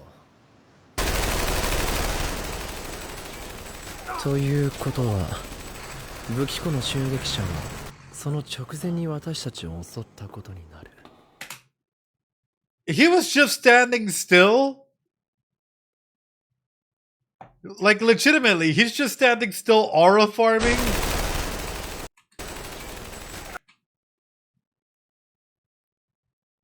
Yeah, Bellas, welcome on through. Like, no fear for his life whatsoever. Just get the job done. Everyone's dying aside from him, right? He wants to die, but because of that, death is not letting him, like... ことは武器庫の襲撃者はその直前に私たちを襲ったことになる Yeah. ならあれは陽動かこれは面白い予想するよりずっと愉快な連中だよこいつらは広津さん今回奴らが襲ったのはポートマフィア最高保管庫の一つだった Also, the moon being red, showcasing that Dazai is not really in, you know, the good side at the moment. Kind of cool.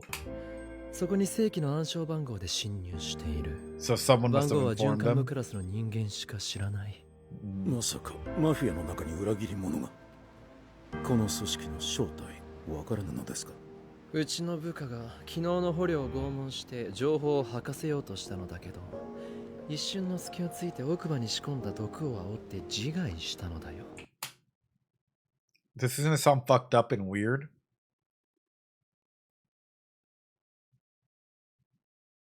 Could it be that this is all part of the plan?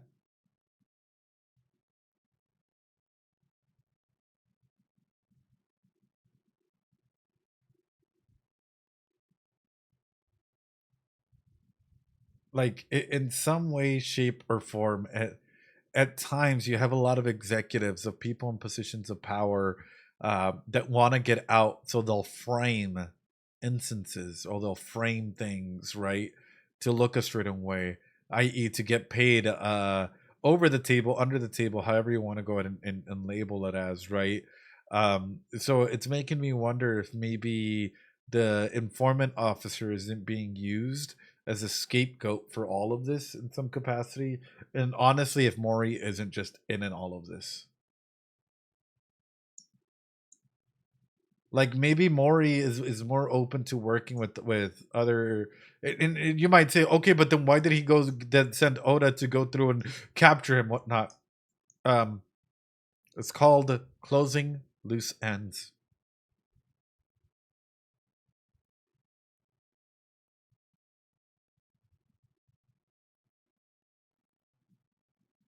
Because then you have everyone that's been involved in that cyclical nature together, and you're able to go ahead and eliminate them.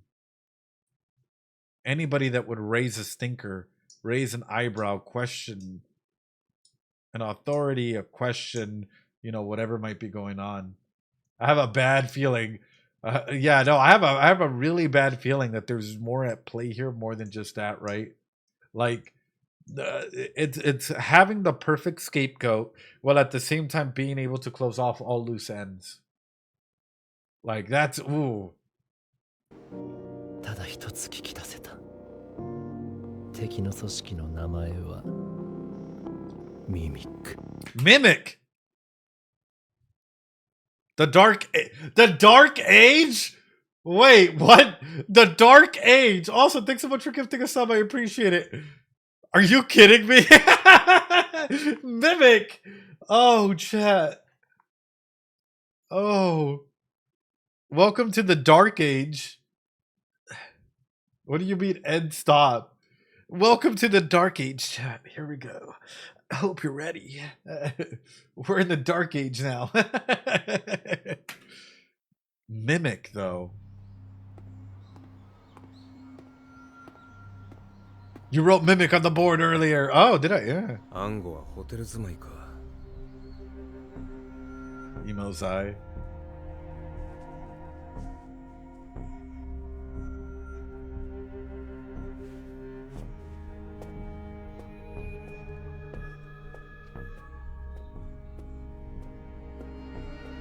That is such a weirdly spaced hotel. There's like nothing in there. Psychologist, ポートマフィアの情報員。インテリでミステリアスな男。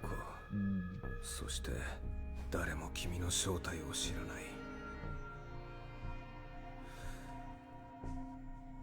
い。わからん。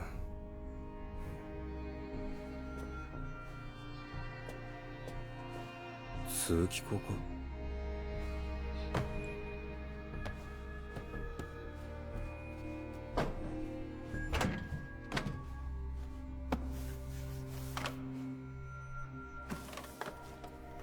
Oh shit, chat.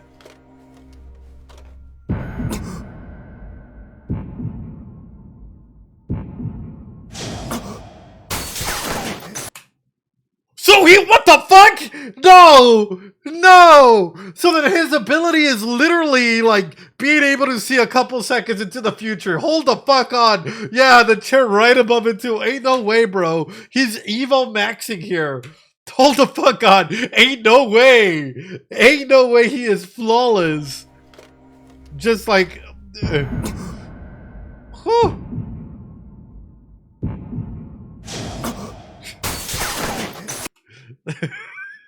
Holy crap. Sniper か。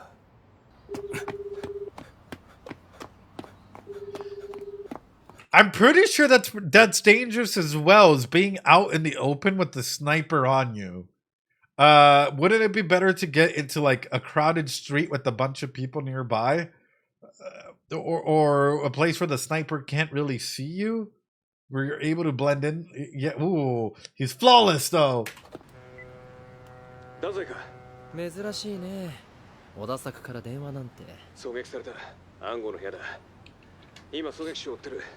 古書通りの向かいにあるビルが狙撃店だ。逃げ道を塞げってことだね。今手元に銀のたくさんがある。必要なら。よせたら。私が行くまであまり無理はするなよ。ほ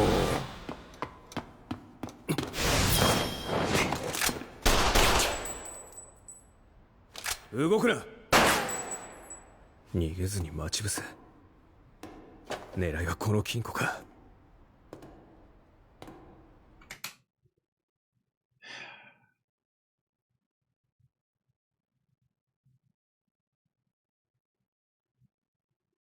Okay, so yeah, you're kind of limited here. You're trying to hold on to that.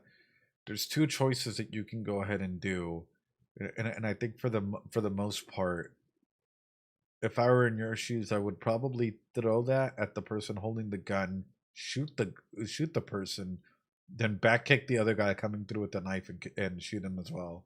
You know, you're cornered.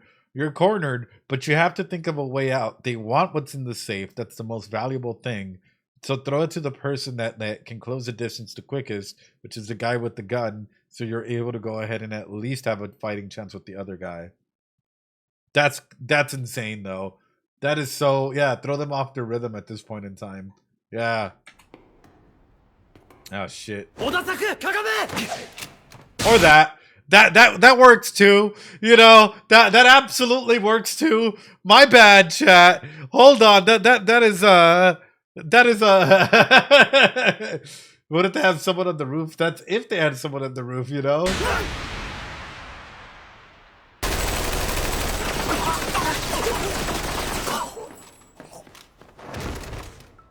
Kimiは全く困った男だな、小田作。君がその気になれば、こいつらなんか一呼吸の間に殺せるだろうに。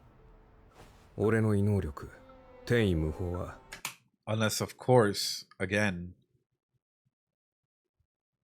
that was part of the question that was first asked. Why don't you use your gun? 殺せるだろうに。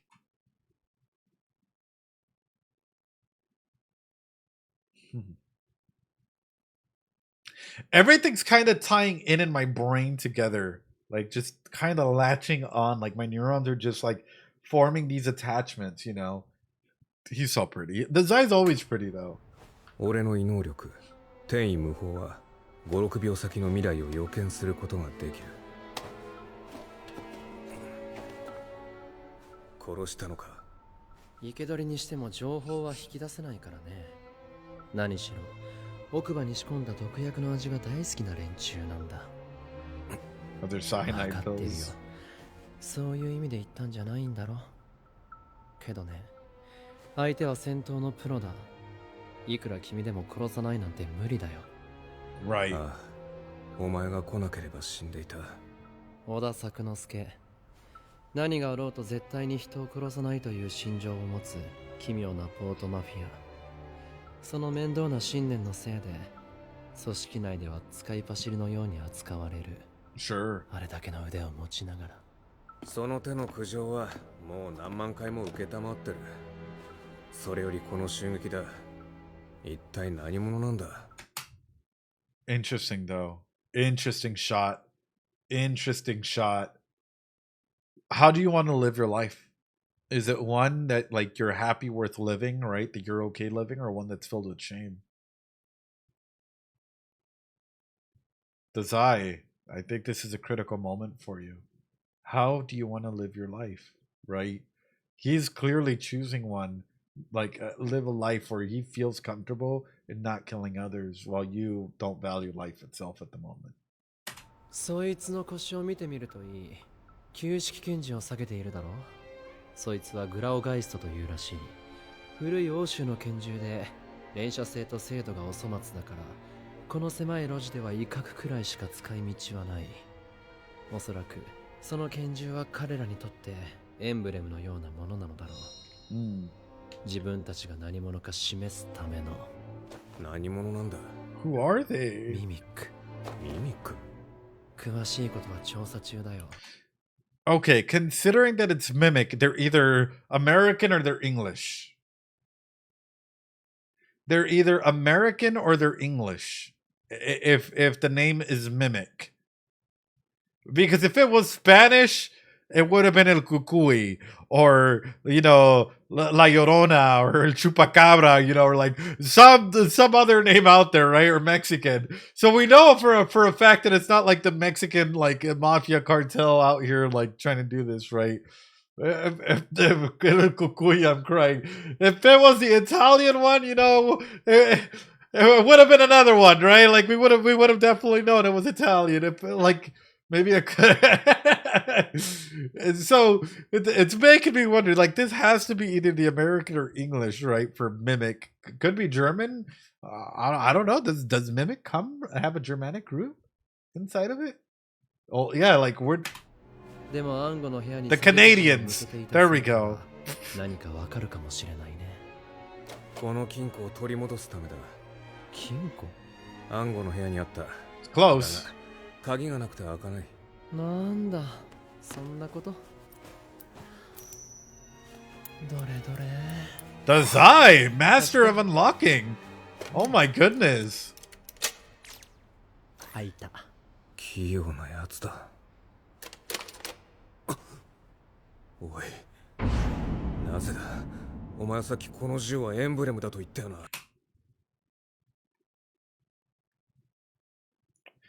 This isn't looking good, Ango.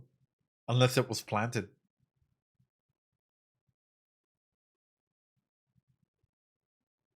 There's two options. Either A, this is real, and he was actually a part of it, or B, this was planted, full well knowing that this would be discovered in some situation or case like this. Yeah, it's real, or they've just been framed. Those are the two options you have, chat. Ango baby, why you have that? Yeah, that chair was clearly placed there, clearly sending someone to investigate it, someone that's close to them, you know, that has an ability that would. Ooh. 連中が何者か示すための。それをアンゴが持ってるってことは。これだけでは何とも言えない。アンゴがこの銃を連中から奪ったのかもしれないし、あるいは連中が誰かを陥れる偽装証拠としたかったのかも。This is how I know that the author is fucking goated. Yeah, so then there's a third one. This is how I know the author is goated, literally taking us down my thought process, like step by step by step. Like, this is fucking sick, chat. お前の言う通りだ。だけど小田作、一つ気づいたことを教えるよ。昨日酒場で飲んでいた時、アンゴは取引の帰りだと言ったろ。あれは多分嘘だよ。何？アンゴのカバンを見たろ。上からタバコ、携帯雨傘、カメラと戦利品の骨董時計が詰まっていた。携帯雨傘は使用されて吹き布に巻かれていた。そして出張先の東京は雨だった。雨が降って傘が濡れていた。何の不都合がある？アンゴは自前の車で取引現場に向かったはずだけど、ではあの傘はいつ使われたのだろう。取引の前じゃない。傘は時計の上に置かれていたからね。そして後でもない。なぜだ？あの傘の濡れ方は 2,3 分使われた感じじゃない。たっぷり30分は雨に打たれてたはずだよ。それだけ雨の中にいたにしては、アンゴの靴もズボンの裾も乾いていた。取引が8時で我々が会ったのが10時。取引の後2時間では乾くのに時間が足りない。着替えを持っていたのかもしれない。酒場からの帰りにアンゴの車に便乗したが、靴も着替えもなかったよ。私の予想ではアンゴは取引には行かず、雨の中誰かに会い30分くらい会話をしてから残りの時間を潰して帰ってきた。アンゴのような情報員はしばしば雨の降る路上を密会の場所に選ぶことがある。室内より密談に向いてる。Well, yeah, because sound, like rain, acts as a, yeah, rain can act as a dampener, right, for conversations. One of the key things, for example, and I've done this before, right, whenever you're having a muffled sound, that's one of the important things of whenever you're having a conversation. You want to make sure that it's in public, especially when it's like an important conversation. And if there's rain, it muffles out your sound, so it makes it less likely for you to be caught. Here's a little Psychcriminology 101.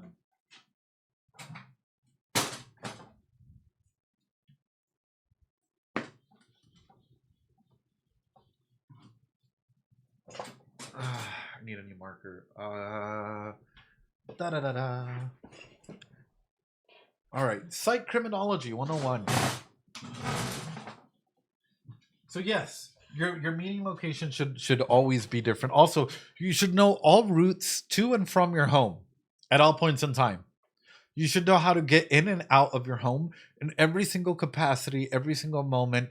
You should be able to take a different route to get to your home and know the different ways in and out, just in case you ever need it. So, comes in the main question. Chat, you're being followed. How are you able to tell that you're being followed? I've done this trick many a times, especially when like I've gone downtown with friends to go for a drink or two, and I've had like a couple officers start like tailing me. What do you do? Or are people just walking towards you? What do you do?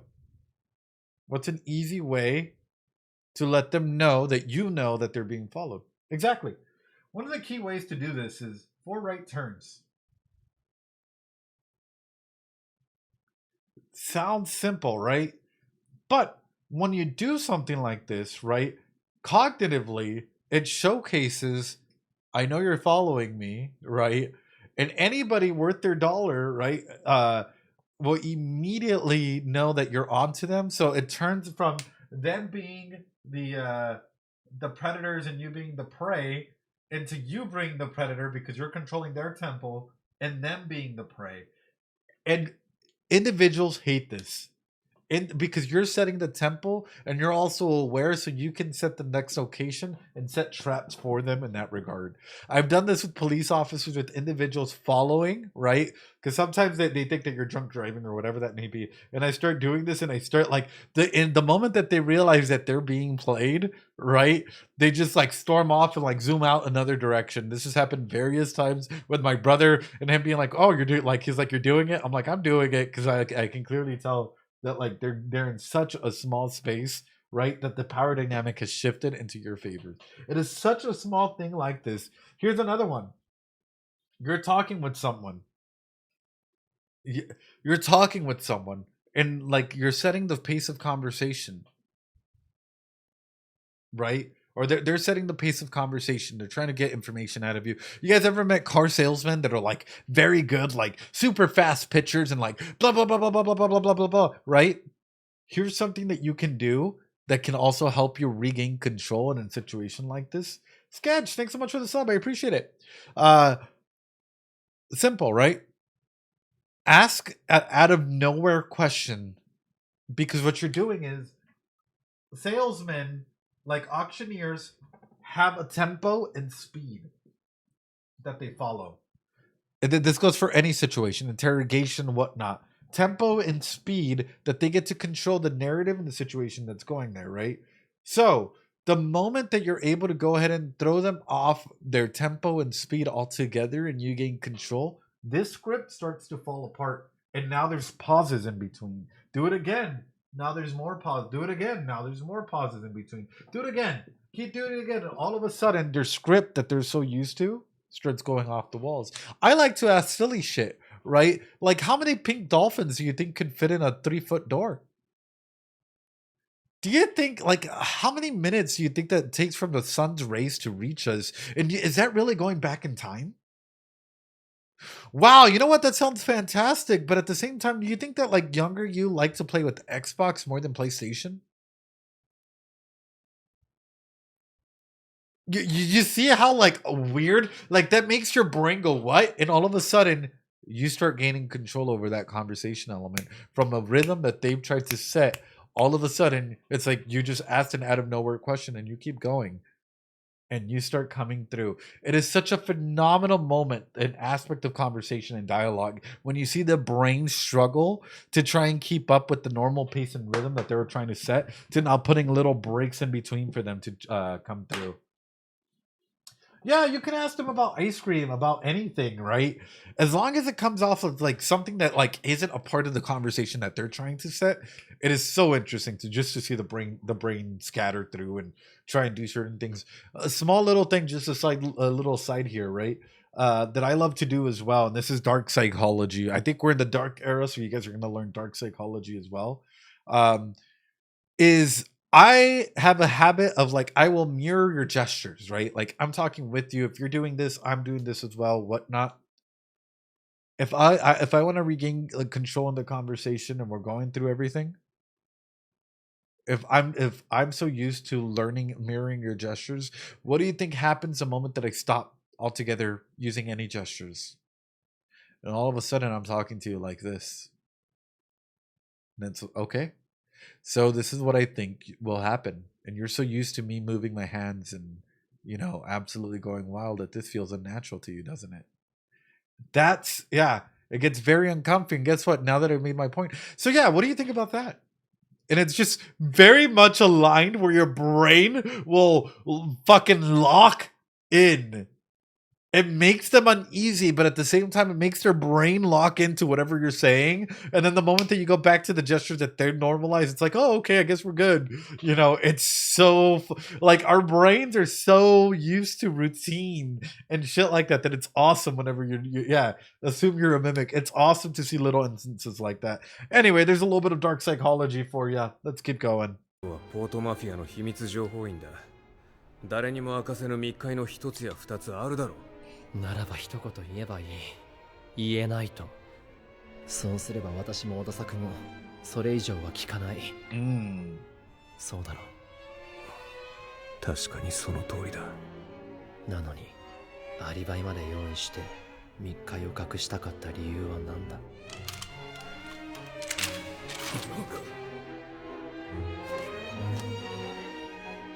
おやおや、大した精神力だね。実際のところ私は君たちを敬意しているのだよ。これほど正面からポートマフィアにぶつかってくる組織はなかった。太宰、よせ。私の目の中の歓喜が君にも見えることを願うよ。Oh shit。少し指を曲げるだけで私が最も待ち焦がれたものが訪れる。唯一の恐れは君が狙いを外すことだ。だができるさ。Ain't no way, brother. Ain't no way. Dazai was just straight up an aura monster at this point in time. You will give me what I want, won't you? どの道君がされる。なら最後に敵幹部を葬ってみせろ。やめろ、太宰。頼むよ。私を一緒に連れて行ってくれ。Dazai is scary. 参加する世界の夢から覚めさせてくれ。太宰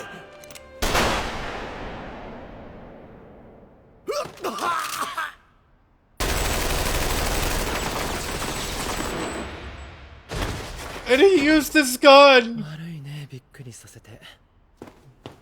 迫真の演技だったろ？演技？彼が外すことは分かっていた。狙撃銃の跡は左頬についていた。つまり彼は左利きだ。利き腕ではない右手の上、まともに立てないほどふらついた状態で。He used him for Dazai. That's おまけにあの旧式拳銃は銃口を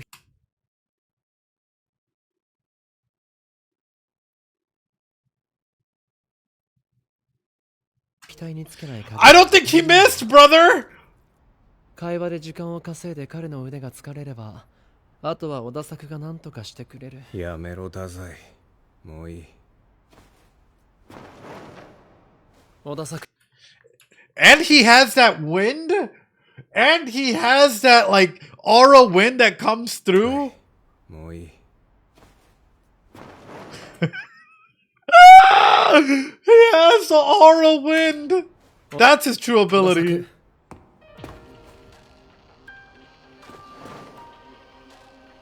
暗号を頼む。Oh, fuck. Nowhere to return. 分かってる。Fuck! Ah! We have a new song, chat. We have a new song as well. Peak fucking episode. It flew on by. It flew on by, and ads have just started before we jump into this analysis in here. Oh my goodness. Welcome on in, everyone on Patreon as well. Hi. Hope you guys enjoyed it. I hope all of you guys are enjoying it so far. That's a phenomenal episode. That is a phenomenal episode. My goodness. My goodness. Oh my god, I saw how many people are right now in the spoiler Bungo Stray Dogs voice chat. My goodness. All right, ads. I know, we're waiting. No worries. Zai, we're waiting. No worries. Whew. Is this the ending or is this the opening?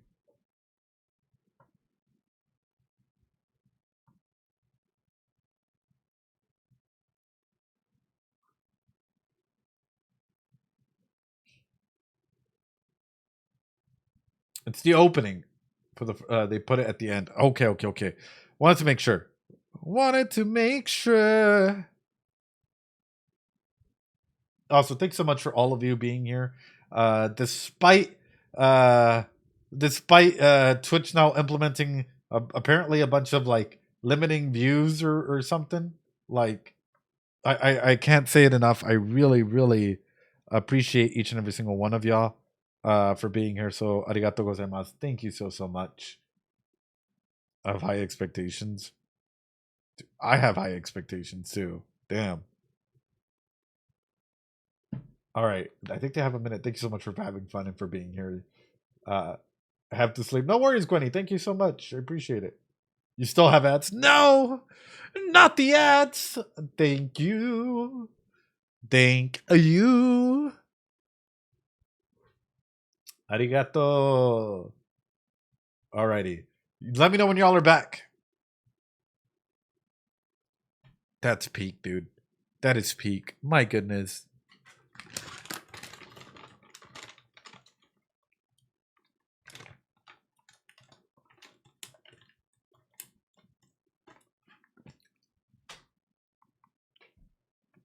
No worries, I can't wait for the next episode. I can't either. That is a fucking great first episode.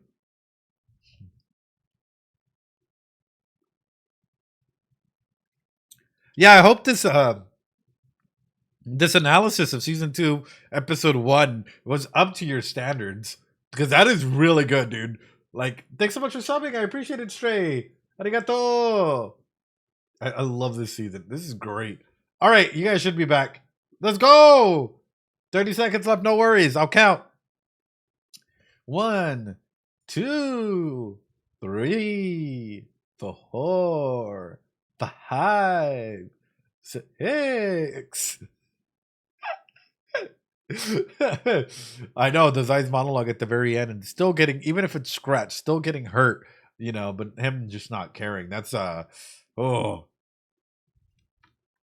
All right, you're back. Let's go. Oh, thank you, Chris Star. I appreciate it.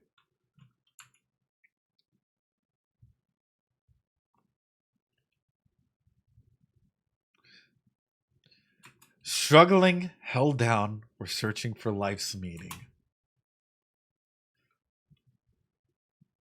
Because that bright light doesn't lie in the past. Ah! That means Zazai has to look into the future to find his meaning. Ah! That's fucking fire. We're stray dogs running without a destination. Aww. I'll fill in that blank space. I was searching for just one line.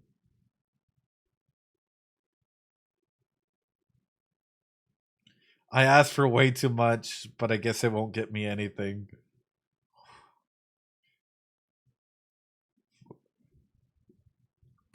I do find it interesting, right? We're just like stray dogs, you know, going about anyway. That is such a cool little metaphor because at the also, who's tagging me in general chat?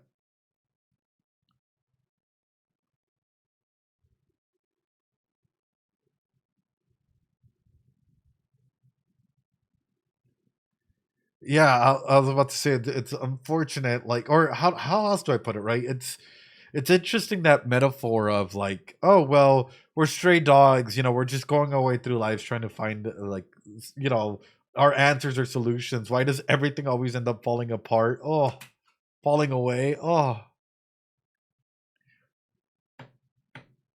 I'll reach my tainted hand.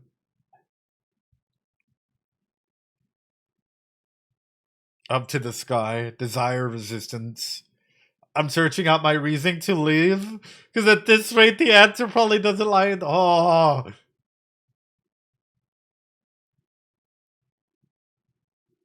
my wandering, entitled self will write my reason.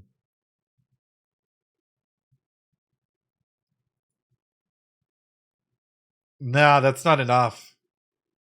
That's like sorry, we don't do episode previews. That's not enough. That's not enough.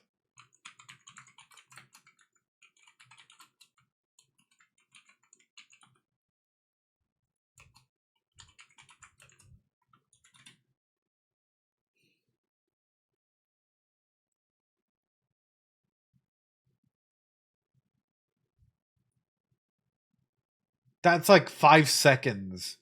That wasn't even like that's just like.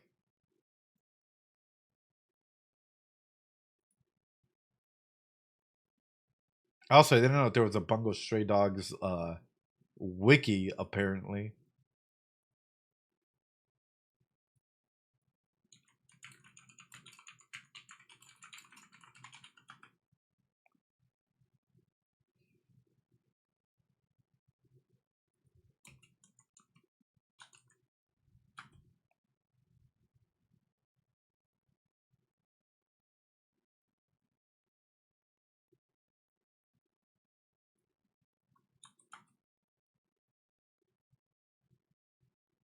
Is there no MV?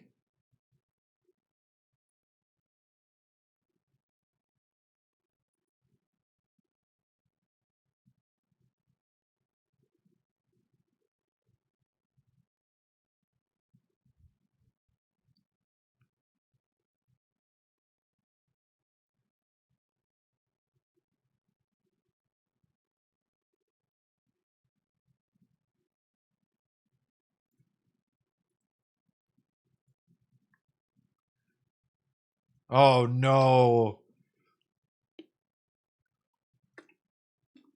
Trying to fill the void, searching for that answer.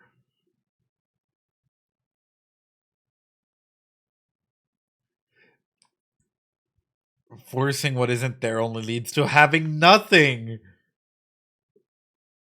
So if you keep like forcing an item, an obstacle, whatnot, you're just gonna keep leading toward nothing. There's gonna be no answer, no solution, no nothing altogether in that.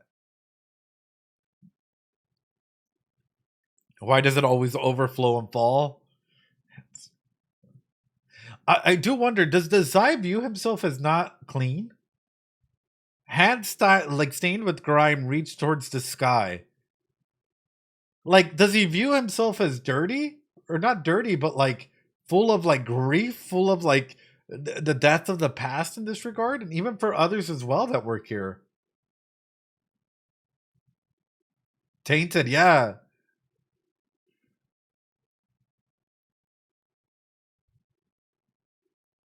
Resisting, searching for a reason to live. I wasn't certain. The answer I want certainly isn't in the past. Yeah, which is why he's building the future. New chapters. Is the reason for my continued existence the reason I continue to exist? Ah!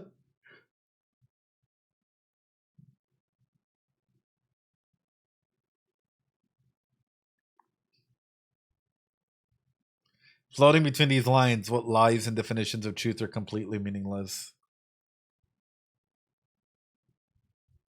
Untamed instincts want to avoid reality, to choose to escape. Unable to find redemption. Wow. So even through all this shit that you're going through, right? Like at times we're our own worst critic. And it makes it extremely difficult for us to try and find redemption if we're the ones holding up the mirror to ourselves, right? And so we think we're tainted and we know that the answers for our own self might not be in the past, so we put our hope into the future as well. Like that's no worries, Beatrice. I appreciate you. Them being in Marge and still being able to take down the person's pretty cool. Yeah.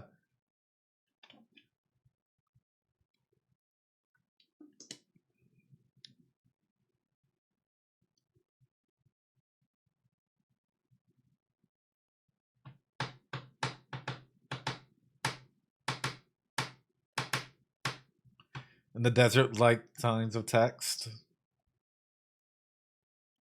People before me have all lost themselves.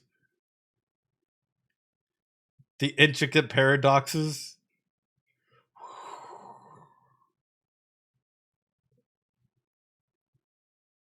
Ooh.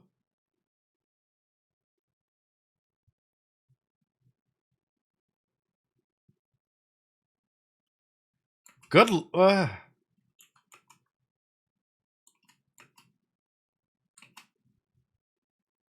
You take that kick. Oh, sorry, little fight analysis here. He's already falling back.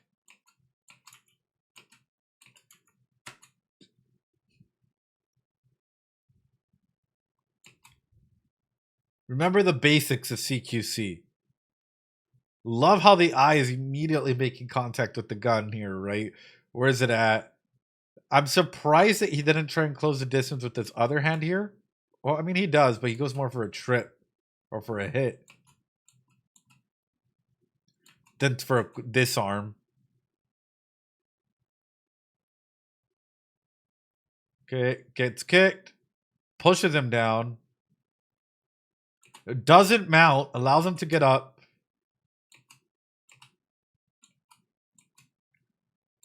Okay, guard.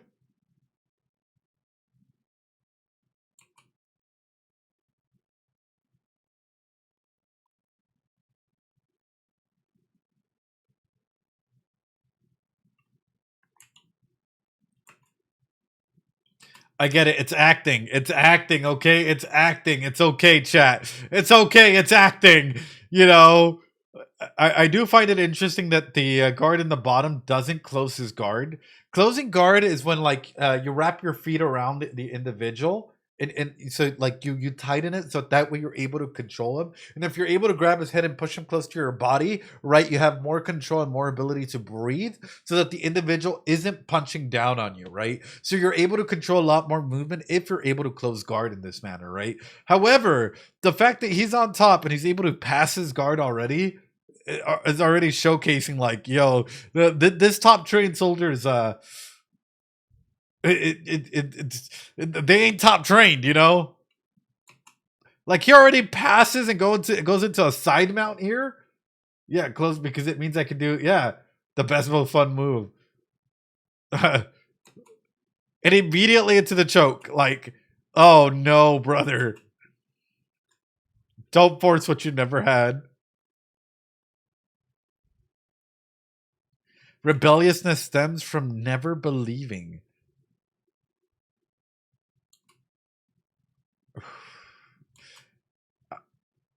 That's an interesting thing. Rebelliousness stems from never believing.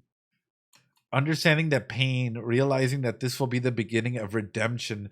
Please clench your hands tightly and struggle. Ooh.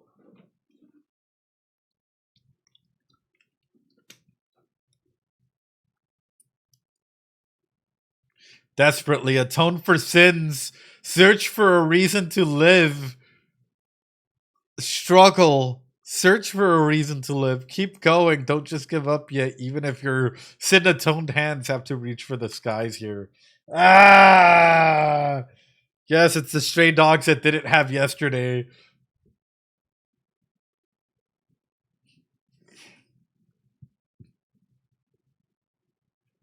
My goodness.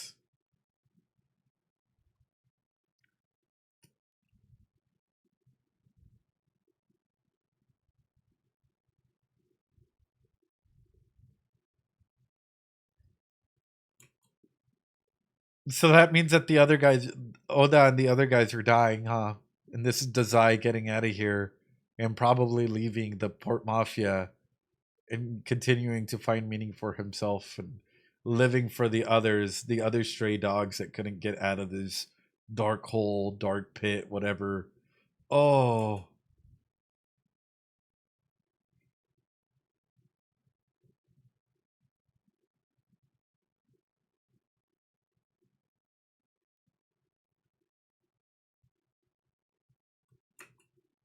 Oh, to the stray dogs, chat.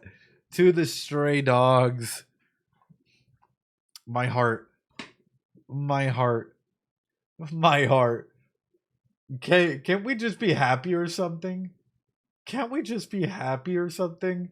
To the stray dogs, chat. To the stray dogs. Wow. All right, with that being said, we'll probably do a deeper lyric analysis as we keep going on. This is just episode 1, chat. We're 2 hours and 40 minutes in, almost 3 hours. That's insane. That is insane. We've been at this for quite a bit. But before we end off, you guys already know that we have to go ahead and do our little talk. We are limiting it to 3 minutes or under 3 minutes, please. Just because we do have per person, we do have, I do have a lot of other things I need to get to today. I appreciate each and every single one of you. Please know that the unfiltered, unedited version might be on Patreon for up to 6 months because then Patreon deletes them. So I appreciate you all. We're going over to the Discord for a conversation here. Wow, I'm surprised Rain's not here. You know, usually they're the ones jumping on board here. You can't stay? Oh, no worries. I know. F in the chat for Rain here. Or is Rain actually here and I just can't see them? I don't think so. How can I... What is NF, Blue? I don't know if in that regard. Yeah, F in the chat there. Oof. All right. Well, with that being said, then I'm probably going to have to pull Vince up as the temp Rain until Rain gets here. Hi, Vince. Oh, hello. You're up first, okay? Okay. Well, I'll just say, I was very excited.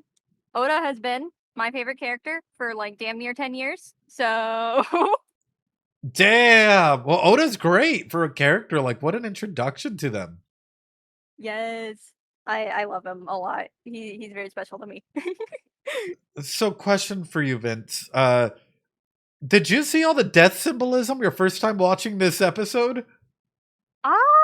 I mean, not all of it. Like, I mean, I think there's like some things that feel very ominous. But I think you caught way more things that could relate to death than I like ever would have. Like even like with me being with the series for so long, like. Oh. Oh, hello. I thought I lost you there for a second. Oh no, I'm here. I'm still crazy about the bell. Okay, did the bell thing freak some of you guys out? Like, now I'm kind of curious. Who was screaming, gagging, throwing up at the fact that we were picking up these little things? I was me. Yes, I never thought about the bell. Oh, I could just imagine all of you guys freaking out in your chat or whatever. See, I definitely never caught onto that. I feel like I've just been around like too many anime and stuff that revolve around death or whatnot in that way. So it's literally everyone. Yeah. From the sounds of it, right, Jay? Literally everyone's just freaking out, dying, throwing up at this point. But that's, I don't know. I think that's interesting. So I guess, how do I ask this? How do I ask this, Vince? Vince? Yeah? Who is the traitor? Is there one?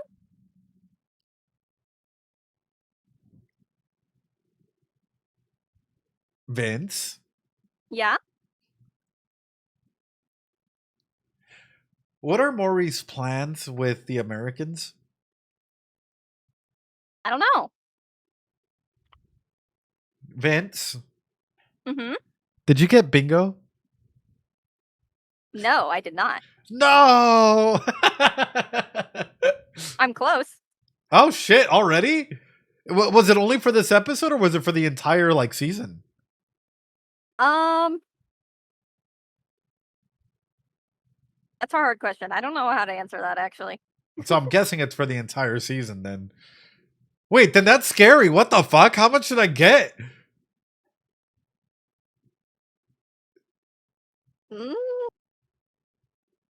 That's terrifying. Wait a minute. No, I'm even kind of scared here because if it's not for one episode and if it's for the entire season, like what aspect of the analysis did it hit on for you guys to just be like, I got bingo? Like that's crazy. We're having fun.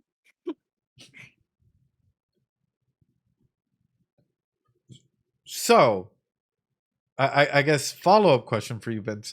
The opening analysis about Dazai and about the Agents of Change and how everything kind of it's fitting so nicely all together with this. How how do I phrase this? I'm trying to make sure not to ask too much, or ask too little. I don't know.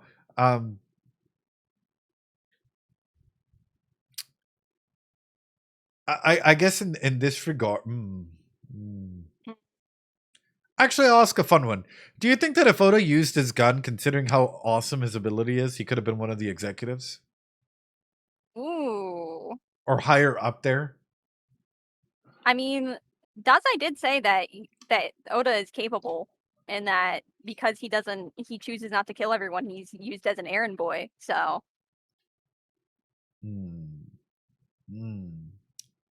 Okay, Vince, do you have any more questions for me? Or any questions for me before I bring someone up so they can join us? I'm curious about what you think of Dazai and Oda's relationship, especially so the scene where the mimic guy has a gun pointed at Dazai's head. That's the first time I think we see in the series where he seems very serious about his tendencies, and it's not a gag. And Oda fails to grab the back of his jacket when he reaches out for him and seems very concerned. And that's a scene that stands out a lot for me. So I was wondering what you thought about that. I think that Oda really cares about Dazai in a way that, you care for a younger brother, or, not doing anything fucking stupid in that regard. I would not say Oda x Dazai in this one, because I think there's a big age gap, a significant age gap. But definitely, I'm not sure if anybody ships them. If y'all do, then you go ahead, right? But in this regard, I saw it more like somebody that genuinely cares for the safety of it, enough so that he used his gun, so that for me showcases that it is a strong brotherly friendship relationship in that regard. Oh, it's a 5-year age gap. Oh, that's not that bad. Yeah, Oda's 23. Oh, I thought he was much older. So yeah, I think he seems very mature. But awesome. Good question, Vince. I also had one thing, just kind of as a fun fact. I know I mentioned before, in opening one, Chuya's voice actor sings it, right? Uh-huh. So, if you remember the guy with the green jacket in Black Lizard, he's actually the singer for this opening. Oh, really? The one with the COVID mask on? No, the other one, with the brown hair, and he has a bandage on his nose. Oh, okay. So he sings this one. Yes. Why are they all musically talented? What is up with this show? A lot of Japanese voice actors actually are very good at singing. Many of them, they have that in their repertoire. So. Wow. So, question for you, Vince. Mm-hmm. When are we coming back? We all know America's coming back, but are we going back and forth on this? Or are we just staying in the past for a period of time? How much? I guess you'll find out. That's crazy. Okay, well, awesome, Vince. I'm going to keep you on here just so that you can help lead that individuals don't spoil stuff, if that's okay with you. Yeah, that's fine. Okay, awesome. All right, well, oh my goodness, that's quite a bit. We'll bring up Next first. Next! Hi! You immediately start stream and then go, somebody snitched. Somebody snitched. You have a Who mole. snitched? You have a mole, Next. I know. Who snitched? On the snitched? down low. It's not a bad thing. Yeah, you're insane. So instead of going for we're still keeping track of who gets a bingo first, the top 3, but also we're going until we get a blackout board. That's cool. A full-on blackout board. I wonder how many episodes that's going to be before you guys get there. Oh, okay. I guess I get met with silence there. Fuck. How close? I mean, some of us we have different boards from each other, so it kind of just depends on. No, you know, where what happens. And by the way, Nex, I fully support this, by the way. Yeah, how much? I fully support this, Nex. Like, you creating the bingo boards, that's awesome. Like, I full applause, full love towards you for that. We're gonna ignore the fact that I got it completely done, like, in the process of last night, I think. Really? Did you sleep? Yes, I slept. Okay. I slept from, like, 7 a.m. my time until 2:30. Question, Nex. Hold on, this just came to my Possible mind. answer. Okay, invent, since both of you are here, okay? Mhm. I can already hear the little giggling. I'm like, like, oh, that's bad. That's bad when I haven't even asked the question and there's like little giggles. Okay, the giggle of the dread. Yeah. Is there an importance to the cat at the bar? I mean, I don't know. Is the cat an ability user, Nex? I don't know. They seem to really like that cat, though. That the don't know. extreme focus on that makes me think that like it's someone or some sort of like ability user, because the camera focused way too much on that cat and that cat was in all the pictures. That's kind of crazy, isn't it? And cats Like, do deserve attention. They're cute. I completely missed all of, like, the death symbolism in that opening scene. Uh-huh. Mm. So I was just sitting here like, okay. Were you freaking out? Sometimes. Sometimes. Getting a headache from all the analysis. Okay, I got a headache as soon as I got home from going to get my glasses. And then I just went, I'ma blame you for fun. Oh, you did get a headache. What the heck? Oh, that's so unfair. But anyway. Like, I walked through the door and I got a headache. Oh. Oh my god. Do you have any questions, though? Why do you think we're flashing back now? I'm assuming it's because this is gonna parallels and paradoxes, right? I think that was one of the aspects in literature. So I'm assuming that we're about to run into similar circumstances, but slightly different, because the Zai is more than likely going to make different choices than he probably made in the past.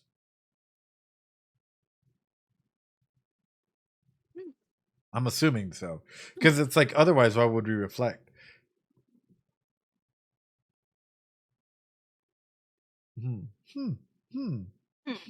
Intriguing.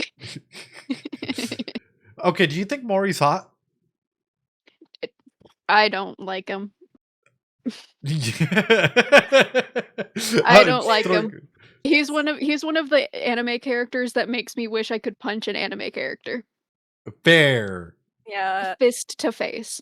I love Mori as a character, but he's Mori. Fair. Awesome. Well, Nex, any other questions before I drop you down?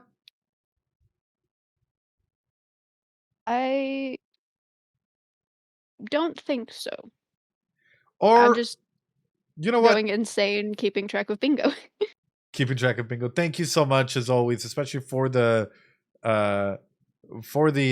bingos and for everything that you bring to the community. I hope. By the way, this is the first bingo I've done. The other two were done by Rose and Van, I believe. Oh. Mm-hmm. Yeah. I hope that you participate in the meme edits, though. I'm really curious to see what I have an idea that I really want to do about the bingo. Oh gosh. I do. That'd be awesome. Well, I'm curious to see what you come up with then. Alrighty, Nex. I'm gonna drop you down. Thank you, though. You're amazing. Okay. Alrighty. Bye. I love Nex. They're great. Yes. Alrighty. Up next. Maybe Stray? I think Stray said they had to go soon. Oh. Well, let me bring them on as well. I guess we're doing a 2-for-1 special. Kana, what's up? 2-for-1.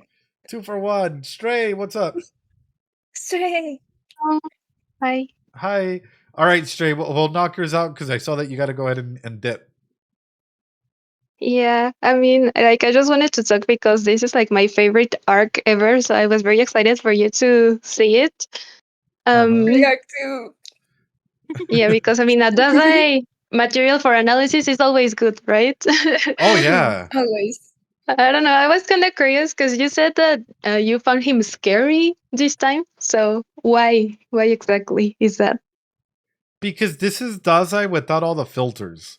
Like, this is Dazai thinking that, like, whatever he's doing is, like, okay, right? As opposed to Dazai in the detective agency still, like, kind of restraining himself. This is Dazai that will kill and not care. Dazai in the detective agency is like, oh, you're in trouble? I'll go help you. I don't care. You know, I'm going to go drown myself in the river afterwards. This is Dazai's. It's like, shoot me in the head. Do it. Do it. You won't do it. You have no balls. Like, you know, this is Dazai unhinged. So that's why it's scary, you know? Yeah. Do you think that one of these two is like the truer version of himself? No, I still think he's masking. I think all of this is still underneath the bigger mask. I think that Dazai was probably a young boy that, you know, whose parents probably ignored him, and he had a lot of parental trauma growing up in some capacity.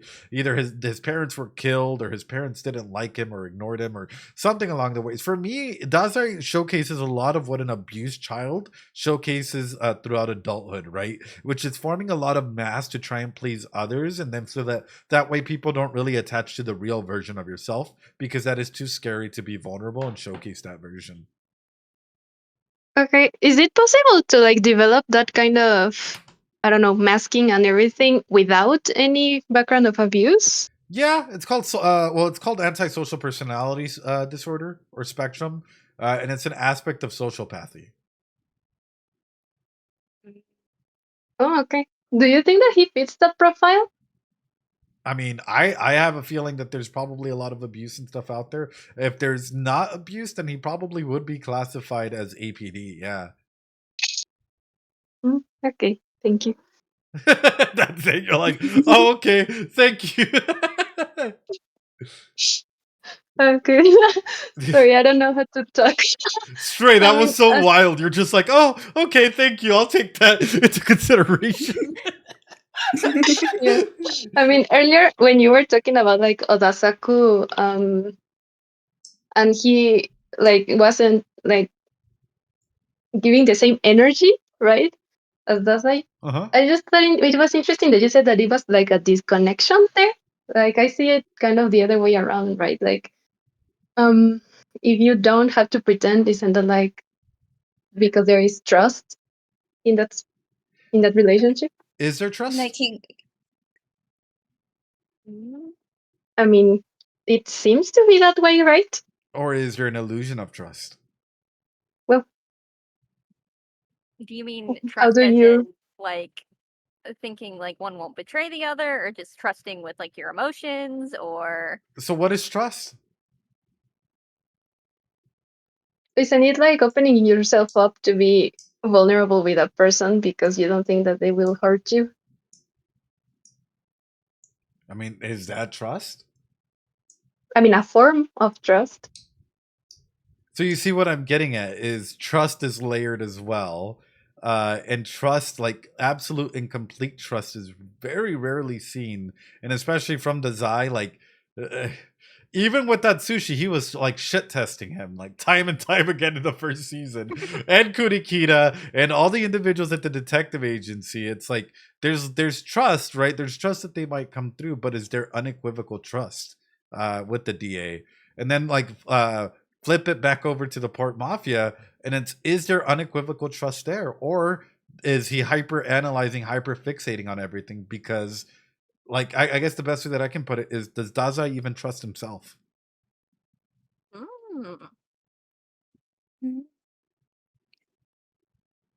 Does he? Because I mean, he can't take his own life, the one thing that he wants to do. I mean, I think that's like a complex desire, right? Like he has the desire to die, and he also has the desire to live. Sure, but what does that I say? mean, that's why he's still here. What does that say about you, though? Like, think about your internal thought process on that, where you feel so worthless, right? That you wanna take your own life, but yet you can't do it. So what does that do to you? What does that do to your own negative thought process? I mean, do you think it's because of an incapability that he can't even do that? Like, is it a question of, is he just not capable of doing it, or does he not? Because to take your life, you have to be human, right? Want to? Do you have to be human? Don't you just have to be alive? You can't really take your life if you're already dead. So you're only alive if you are human? Well, I mean, Dazai is no longer human, right? Or at least that's his ability name. Yeah. So what I'm getting at is he'll literally, and that might just be an internal curse where he again, he's trying to find an answer for solution, desire, whatever you want to go and call it, for a lot of the guilt and stuff that he's currently working through. But it's like, and he's clearly working through a lot of stuff, but it's like, when you don't feel human, like a lot of us do, how hard is it to do anything in life? Well, a lot. It's very hard, right? Yeah, it's extremely difficult.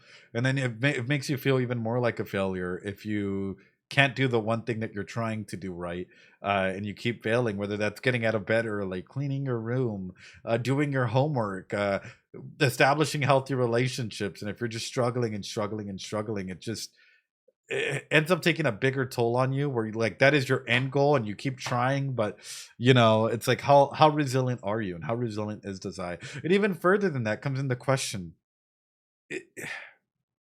is Dazai, I guess this is where I'm getting at, is this entire arc gonna end up being some sort of like, I don't know, like future goal setting for Dazai, and something that has to maybe do with the orphanage or kids that are orphans?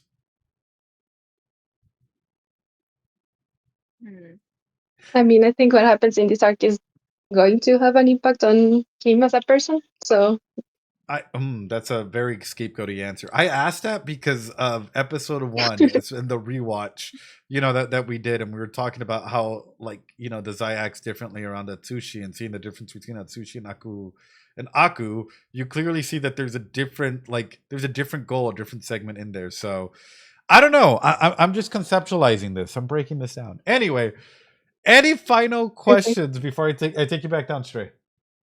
no, I do have to leave now. So thanks for the discussion here. Of course. Have a good one. Be safe, Stray. Bye. Bye. Bye, Stray. Alrighty, Kana, your turn. My turn. All right, Kana. So, pregunta. Okay. Is the cat an ability user? I'm going to keep asking everyone this question. I don't know. I like cats. I like cats too. I think they're cute. The illiterate house cat. Yeah, he's the illiterate house cat there. I know, Evil Ed asking the horrible questions here. Anyway, what questions do you have? I had a very interesting question, and then I remembered that you have to watch season 3 to answer it. Oh no! Okay. So I don't have a very meaningful question now. I just want to ask, are you liking this arc? Because this is my favorite arc, and if you don't like it, I'm gonna cry. Oh no, I hate it. It's the worst episode. No, it's really good. However, I guess comes in the real question is this better than season 1, episode 1? I don't know. But that's a me thing. I'm weird. Well, this arc was the one that made me realize that I did like Bungo Stray Dogs. Really? Yeah, because I was watching it with a friend, and I was watching it because it was with a friend, And then I watched this arc, and then I got obsessed, and yeah, things happened. And you got obsessed. You're like, this brought me in. I was all in there. Oh, that's awesome. I guess it depends on like it's subjective on whether it's better or not. Because personally, for me, I think it's like my favorite like section. Sure. Kana, question for you. What's your favorite Rampo ship? Oh no. Is it one we cannot answer yet? Yeah. Oh. Yeah. Well, let me think, because the second Rampo ship that I like the most, I think it's Rampo with Dasai. Really? Yeah. Oh. What do you think about Rampo Jinji? Renji? I actually like that ship a lot too. Ah. Based. Oh, hey, Anula's here. Oh. Anula? Anula's just freaking out on the side. Awesome, Kana. Well, any other questions or any other comments? I hope you enjoyed the analysis and all of that. Oh, I loved it. Well, thank you. And also, I can't wait to see whatever you submit for the meme contest thing that we got going on. Wait, there's a meme contest? What? Yeah, we're doing a video, a meme contest, a video meme contest, and however you want to meme anything that we've done so far. The memeier, the better. Wow, okay. Go crazy with it. Think about it. I will consider it. Don't consider it. Do it. I believe in you, Kana. Yeah, the deadline is a week next. Oh, okay. Alrighty, Kana. Well, I'm gonna put you back down. Thank you so much. You're amazing. Bye. Bye. Why is everyone so nice? Right? All right. Created a positive space. No, y'all are amazing. All right, up next, Trick or Treat. I think you raised your hand, right? Yes.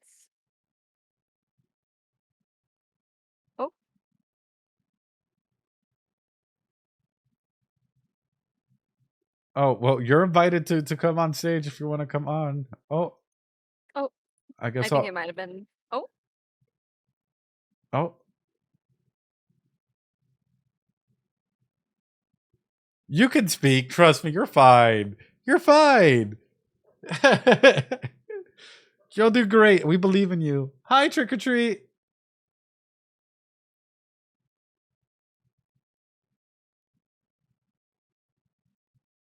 I believe you're muted. I don't know if you're. Oh, Jinji. Profile pic. Hello. Hi. Okay. Hi. How are you doing? Good. How are you? Doing great. Well, welcome to the stage. Your first time, I think, right? Yeah. So, what's your favorite Jinji ship? I think. Well, I think it'd have to be Tim and Rampo. You're in my top 5 now. Let's go. Oh my god.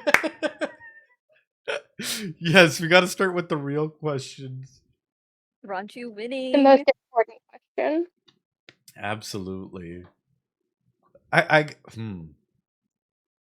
So, question for you, right? What's your favorite season of Bungo Stray Dogs? I think it would have to be season 4 or 5. Oh, so we have a ways to go. Oh my goodness. Yeah. That's awesome. So I'm guessing by your profile picture that Jinji is your favorite character. I think he's actually number 2. Oh. Okay, what's your favorite character then? Octagawa. Ooh. Please, I gotta hear it. I gotta hear your TB voice then. Please. I am so bad with voice impressions. I can't. We can all be cringy together. It's okay. Aku Glazers. So I think Octagawa is like has become a favorite character of mine recently, actually. Oh no, I was about to say same with like Aku has grown on me in various ways. Like Aku like keeps growing and growing. Is it like the more I think about Aku, the more that I want to bully him more as a friendly way, you know? Yes. Anyway, Trick, what'd you I think of? think him and Julia fight for my #1 spot. Oh, that's awesome. So, question for you, Trick. What'd you think about this episode or the analysis of the episode? There were definitely a lot of things that I didn't notice, even though I've watched it quite a few times. So that was fun to hear and see. Oh, well, that's awesome. That's amazing. I'm glad. Well, thank you for being brave and joining us on stage. Do you have a question for me before I put you down? No, I did not think of anything. I didn't realize I would be invited to speak. Well, welcome to the stage. Yay! Don't be afraid, especially coming on and chatting with us. We're friendly, we promise. All right, Trick, I'm gonna put you back down. Thank you so much. You're awesome. I'm glad to finally be able to hear your voice and talk to you. Yes, thank you. Bye. Bye. Oh, well, they're a sweetheart. Yes. They're absolutely amazing. Yeah. 10 out of 10. Rain is here. Ooh. All right, we're bringing Rain on. Rain Zawa. Rain. Hey. Hi, how you doing, Rain? Bye. You okay? Yes, I'm fine. It sounds like we gotta be quiet. No. No, I basically have my voice because I went clubbing. Oh my gosh. I hope you had fun. Yeah, but it was okay, but I don't have my voice anymore. You lost your voice? Damn. Oh. Yeah, I'm so sorry if I sound like weird or anything, but yeah. Well, it sounds like a fun night. Hopefully, I was about to say, hopefully you had some good drinks. Yeah. Yeah, what? They were very nice. Oh, I'm sure. Hopefully, no tomato juice in that one. Oh yeah. Oh no. Oh, do you like Oda? Yeah. I just wanted to know. Sorry, it's Rain, why do they all die? what? What do you mean? Why does Oda die?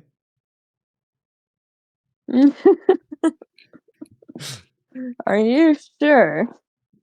This is so cute. I can't. I can't. Rain, you're What? so cute. This is so adorable. I can't. What? What do you mean?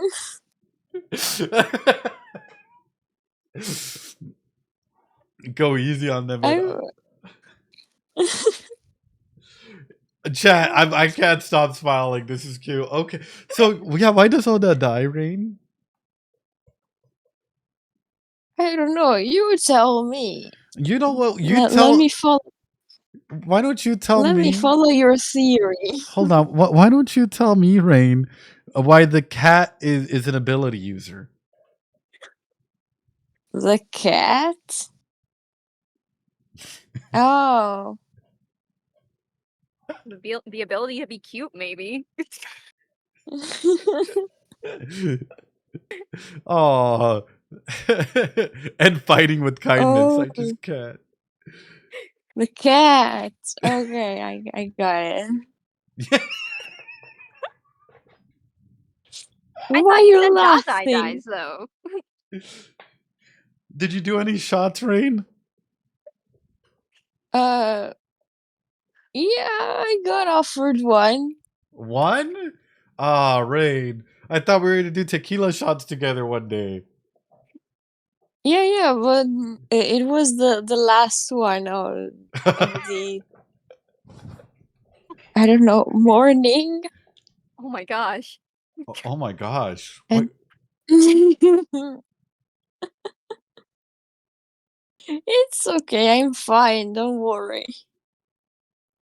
Hold on. Gosh. Rain, did you just come out of a club at 8 a.m.? No, at 5. My God. Yeah. Rain, you should get some rest then. Yeah, I want to get some sleep. I did. You did. Did you?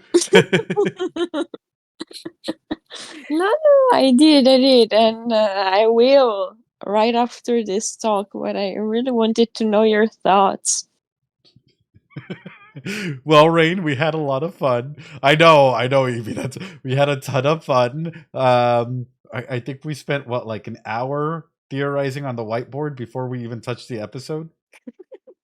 I know, I saw the things while I was having breakfast, yeah. While you were taking a shot, yeah? No, I feel that. No, I was having pancakes, okay? Oh, you made the pancakes, or you have a special someone making you pancakes nowadays? Ooh. No, I just went to McDonald's. Same. I feel that. I wish, bro. I wish they were like fresh and homemade. Nope. The only thing that was like open and ready at 6 a.m. No, 5 a.m. Yeah, that. McDonald's is always open. It's great. Anyway, Rain, Yeah. it was a phenomenal episode, and I can't wait for you to see all of the conversations that we were having throughout it. Oh, I will definitely look more into it as soon as I can. But Yeah, yeah, I saw you with the whiteboard and everything. I was like, yep, there we go. It just kept going. I was like, wow. I just so kept much. 3 sides of the whiteboard. Yeah, double whiteboard usage. It was great. No, great first episode, but I don't know if this episode is better than season 1, episode 1. Really? Yeah, I think I still have that like slightly above this. This episode's great. Don't get me wrong. This is like my second favorite episode, I think. Ooh, awesome. What do you think about the change, like of the atmosphere, like the sudden shift in this episode? Like the tonality shift, it was great too. Yep. Yeah, and also all the like links to death and everything that was like shadowed early is kind of insane, like really insane. By the way, Vivian Lee says, "What is Rain doing awake right now?" in all caps. Oh, hi Vivi. I'm fine. It's okay.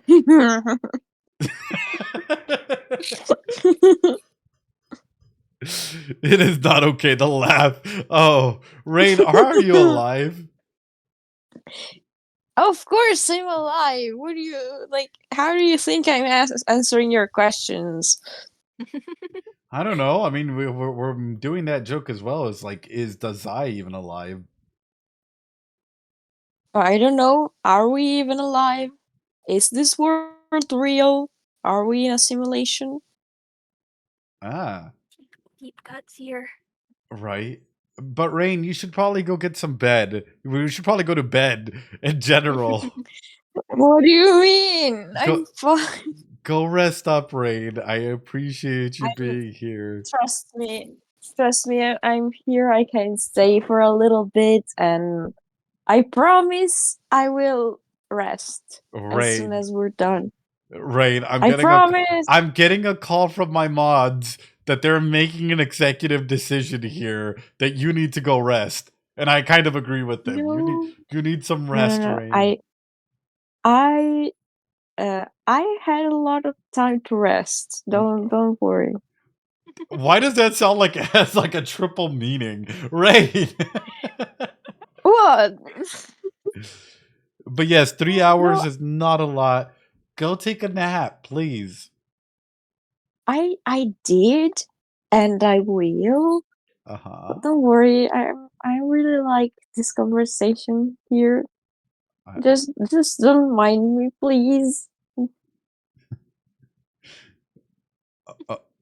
Yeah, I was about to say, yeah, please. Oh, wait, what?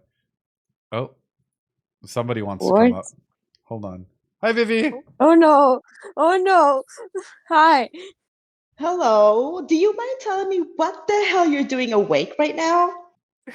I was Just ask clubbing. me. What the what? Girl, get the. Okay. I went clubbing. I mean, at first it was just bar hopping, but then we missed the last train. Sure. And at that point, we were like, okay, let's just keep going. Okay. And then there was this club where they checked our like ID and everything. Oh, okay. Uh-huh. Yeah. And Yeah, so what it was happened? They nice. checked your idea and what? Keep going. Yes. I just flashed my passport, and they were like, "All right." Okay. That's a cute story. Do you mind telling me about it tomorrow? Do you mean mind? today? Yeah, but like, you know what I mean, Rain. Come on now. It's okay. It is not. No, I'm It actually. is not. I'm actually with Vivi on this Okay. one. You have to go to bed, Rain.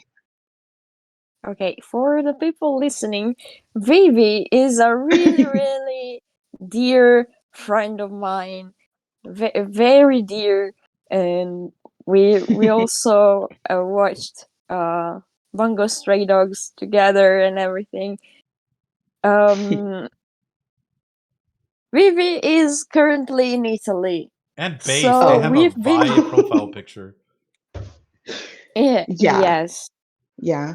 Yes. Slay. Yeah. Slay. But yeah, we've been dealing with my time zone and everything, but trust me, this once it's okay. If I was no, if I was completely like without energy or anything, I would have said so, okay? But I always have energy for Bungo Stray Dogs. That's the problem. Do you not see that? That is the problem. You can't have energy just because it's that. Get to bed. Go to sleep. Oh, the mods are coming on it as well. There you go. Everyone's coming on at this point in time. Oh no. Oh no! Oh, I requested to speak a while ago. You see, Nick is probably going to tell you to go to bed too, and Evie's here to tell you to go to bed too. They're all up here. Hi Nick, how's the Minecraft server going? It's good. Actually, Rain, after you get some rest and you wake up, just know that you have how many hours or like afterwards after you wake up to finish up the Bungo Stray Dogs Minecraft world, because we're going to go in there afterwards. 1 minute left, I'm just saying. Oh, the building Evie's gonna kick you out in 1 minute, Rain.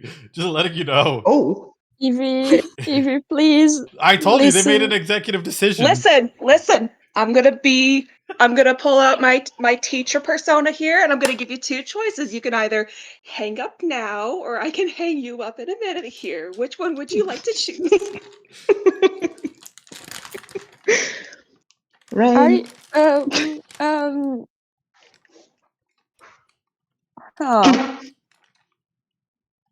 Love that. Rain. Why are you laughing? Wait, Vivi, why are you laughing? I'm just here enjoying the show. I'm just, it's funny. Rain, okay, I'll deal with you later. Rain, I love you. Later. You're an amazing individual. Yes. Good night. And I okay. And I think you need to rest. Okay. Okay. I understand. Because I know that you I would yell will at me. rest. We love you. You're amazing. Oh, thank you. Everyone I loves you. understand. And we need you to take care of yourself so you can be here for more Bungo Stray Dogs. Okay, I will. I promise I will. Take care. You can't see it, but I'm holding up a heart sign. Oh, I love you all, by the way. I really love you all. And thank you for caring about me. That wasn't my end. The klaxon thingy. It wasn't my. That wasn't me. Just to be sure. Okay.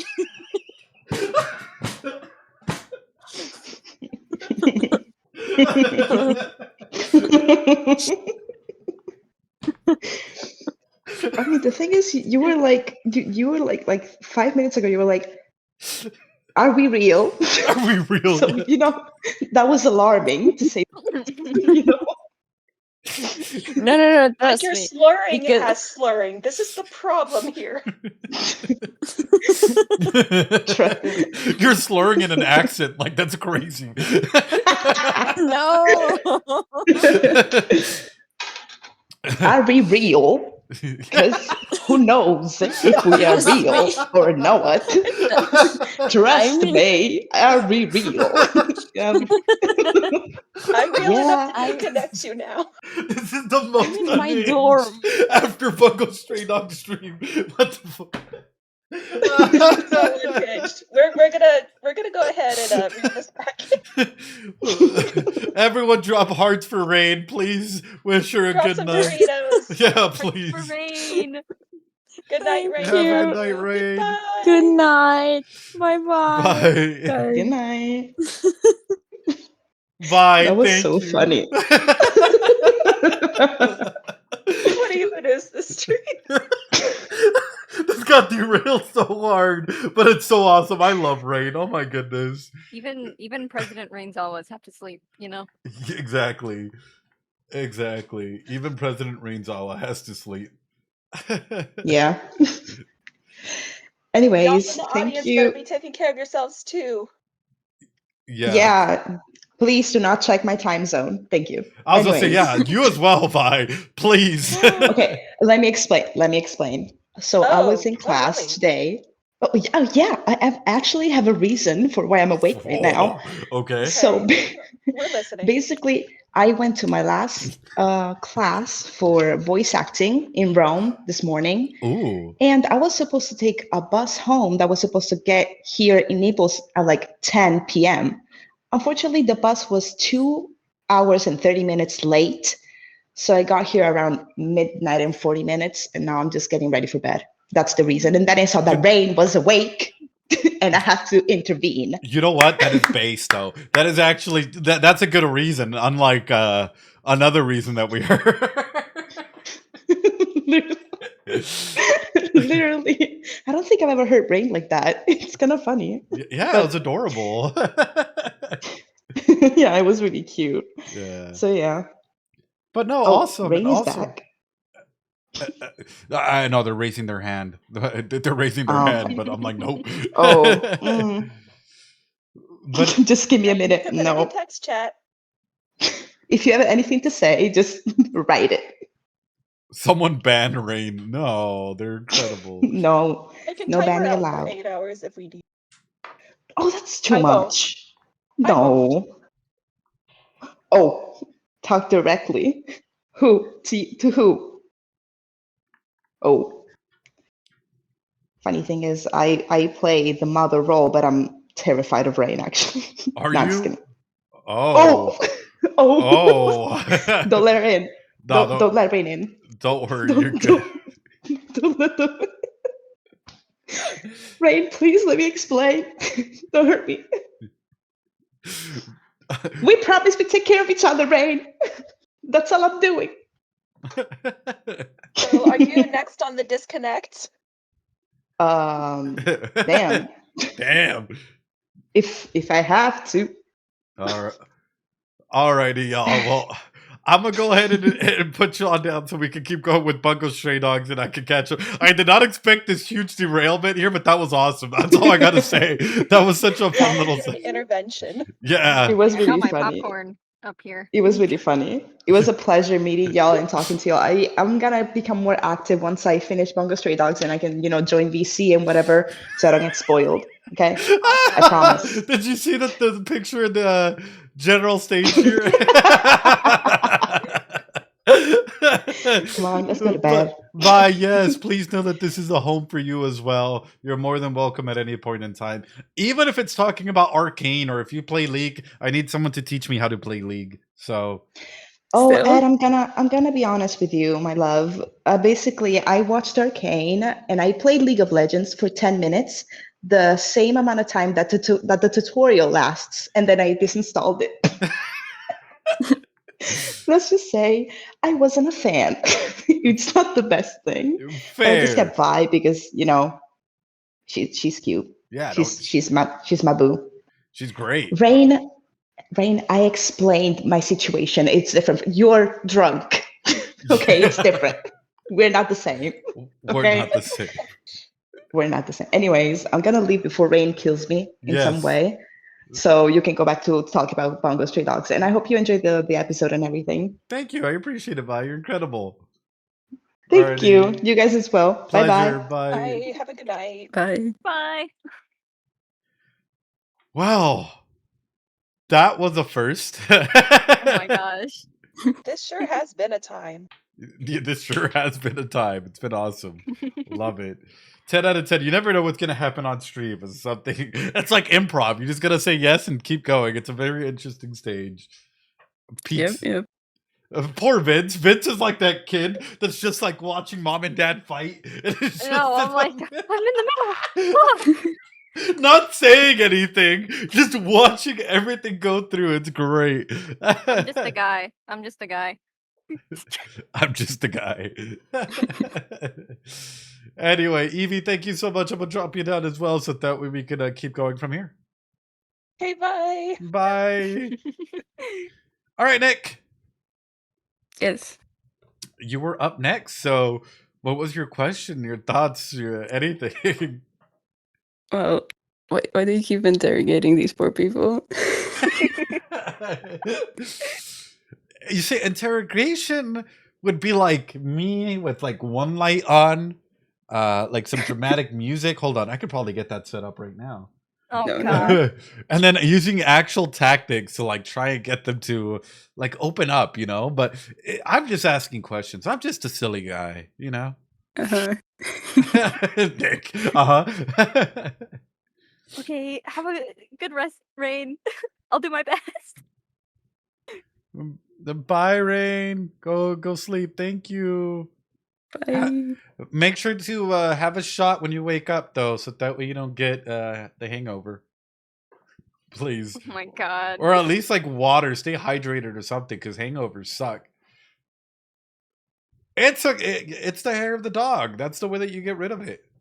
Or yeah. Anyway, a shot of water. Exactly, bro. Anyway. Anything else, Nick? Maybe you had a question. Maybe I had a question. Actually, I do have a question for you, Nick. Why do you think that we're in the dark era? Well, probably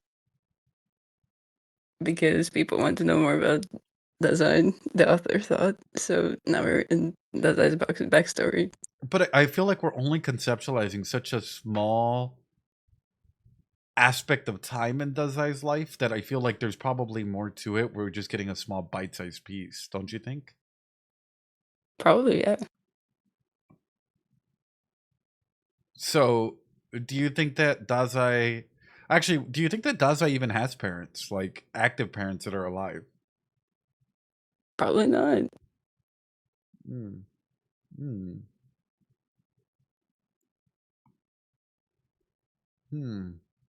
don't know. You're making me think here. Also, bye, Rain.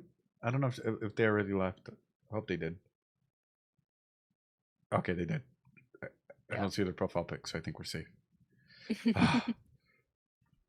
But yeah, that's interesting. Vince, any questions that you'd ask Nick? I don't know.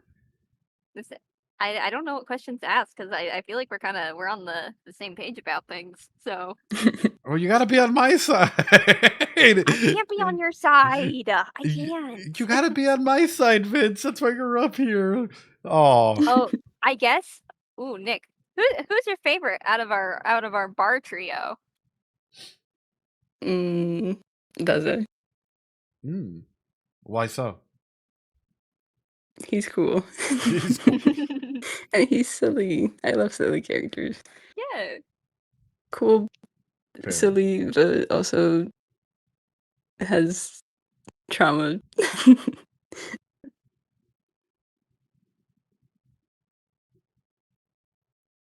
That is pretty cool, though. Anyway. All right, Nick, I'm going to put you back down. I'm going to keep bringing some people up because I have limited time. That little thing took up a couple minutes of the time allotted, so I'm going to put you back down. Yep. I'm going to speed run. Thank you, Nick. Bye. Bye. Okay, we're going to go down to a quick question-answer type thing because I only have like 10 minutes left. Oh, geez. All right, Vince, you pick the next person. Uyu, the numbers fellow. 2.718281824. That one? Yes. All right. Euler's number. Hi. Hi. How you doing? I'm good. So what'd you think of the episode? It was really great.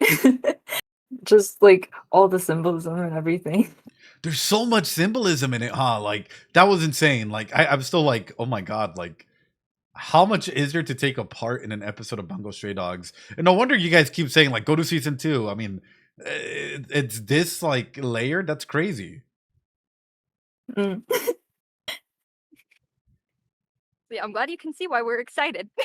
So, question for you. I was grinning so much this whole time. Were you? Yeah. Did anything make you freak out this episode? I definitely did not pick up on the bells thing. Oh, okay. So that seems to be like a standard thing where a lot of people maybe just didn't pick up on it or missed it. Like I did find it interesting, like why Daze would like flick the glass, but I really did not connect the dots. At all. So question for you then. Let me follow up with this. If you could have any of their abilities, right? Which ability would you have and why? Of the characters that we've seen so far, please. Please. Okay. I think. I mean, I think Chuya's would be. Wait, have we? Let me think. No, we haven't seen. Okay, wait a minute. Okay, wait. Okay, let me. We have a name, but nothing else. Okay, I won't. You can still say their abilities. You don't have to say what the ability is, you know? Because technically... Actually, for fun, Kaji's would be really fun.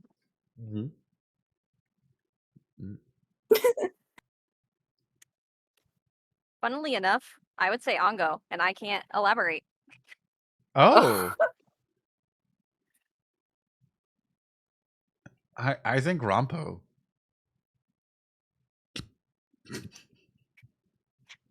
But you already you already have it though. I wish. I wish. I'm still lacking in a lot of areas. Anyway. Alrighty. Well, any last question before I drop you down? Because I am speedrunning through it. Why do you think they chose to like start this like season off with like a new narrator of Oda? Because they want to hit us in the feels. I'm assuming that when we see Oda die, we're just gonna get absolutely torn apart as we start to see his own interpretation of who Dazai is as a person, and with probably like hope, you know, that like maybe he can find happiness or solace in the future.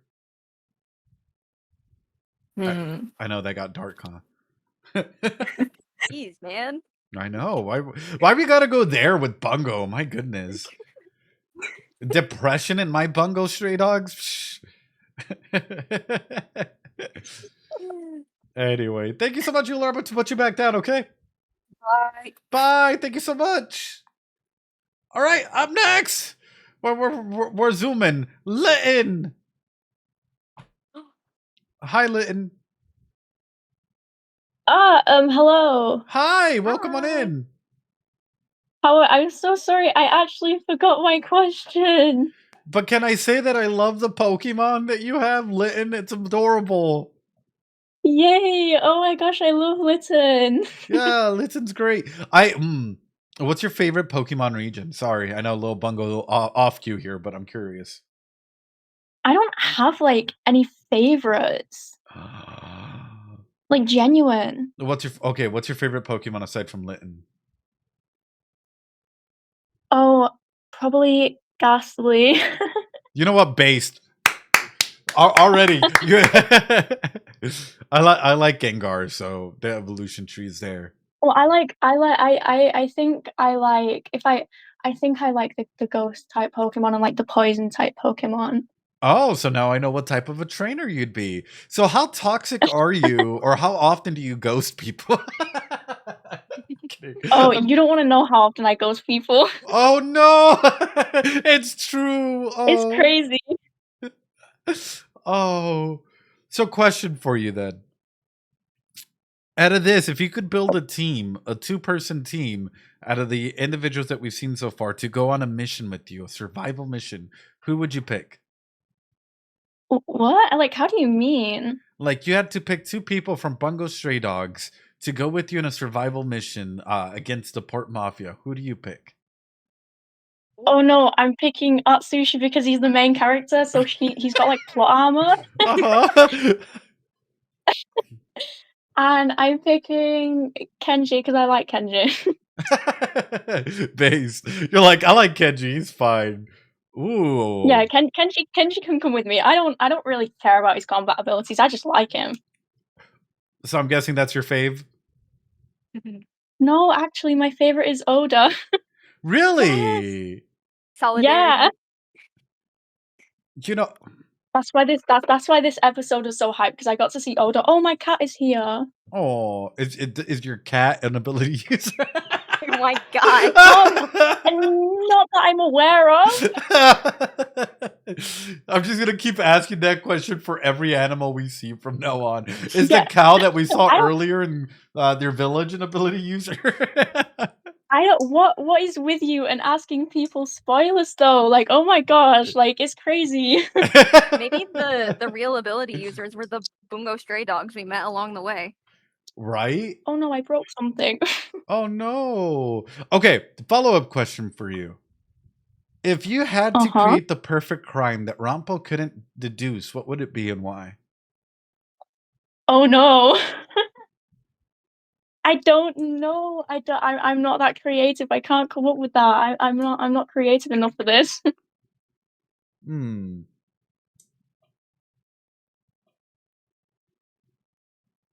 I don't know. A crime, could it be any crime? It could be any crime. Well, I think I would just trespass onto an area, but only put like, and then I would just step right off the area because it's still a crime, right? And then there's no evidence. Like, it's not like I did anything. Honestly, though, yeah, that's such a minor crime that I don't think it would involve Rampo. He could still probably figure it out, though. Like, you probably took a breath in that direction, and he probably know. No way! I'm gonna teleport to Bungo Stray Dogs now and try it and see if he can deduce it. You know? Exactly. Are you Bungo Stray Dogs enough to do it? I believe you are. Absolutely. You know, absolutely. Okay. Question for you.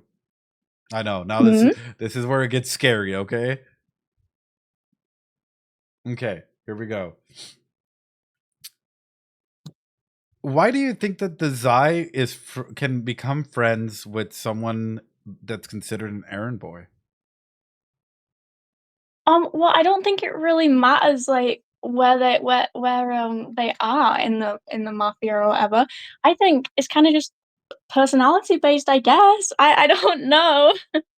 I mean, in those lines before, like, when they took the photograph, Oda said there's like this invisible something that they all share.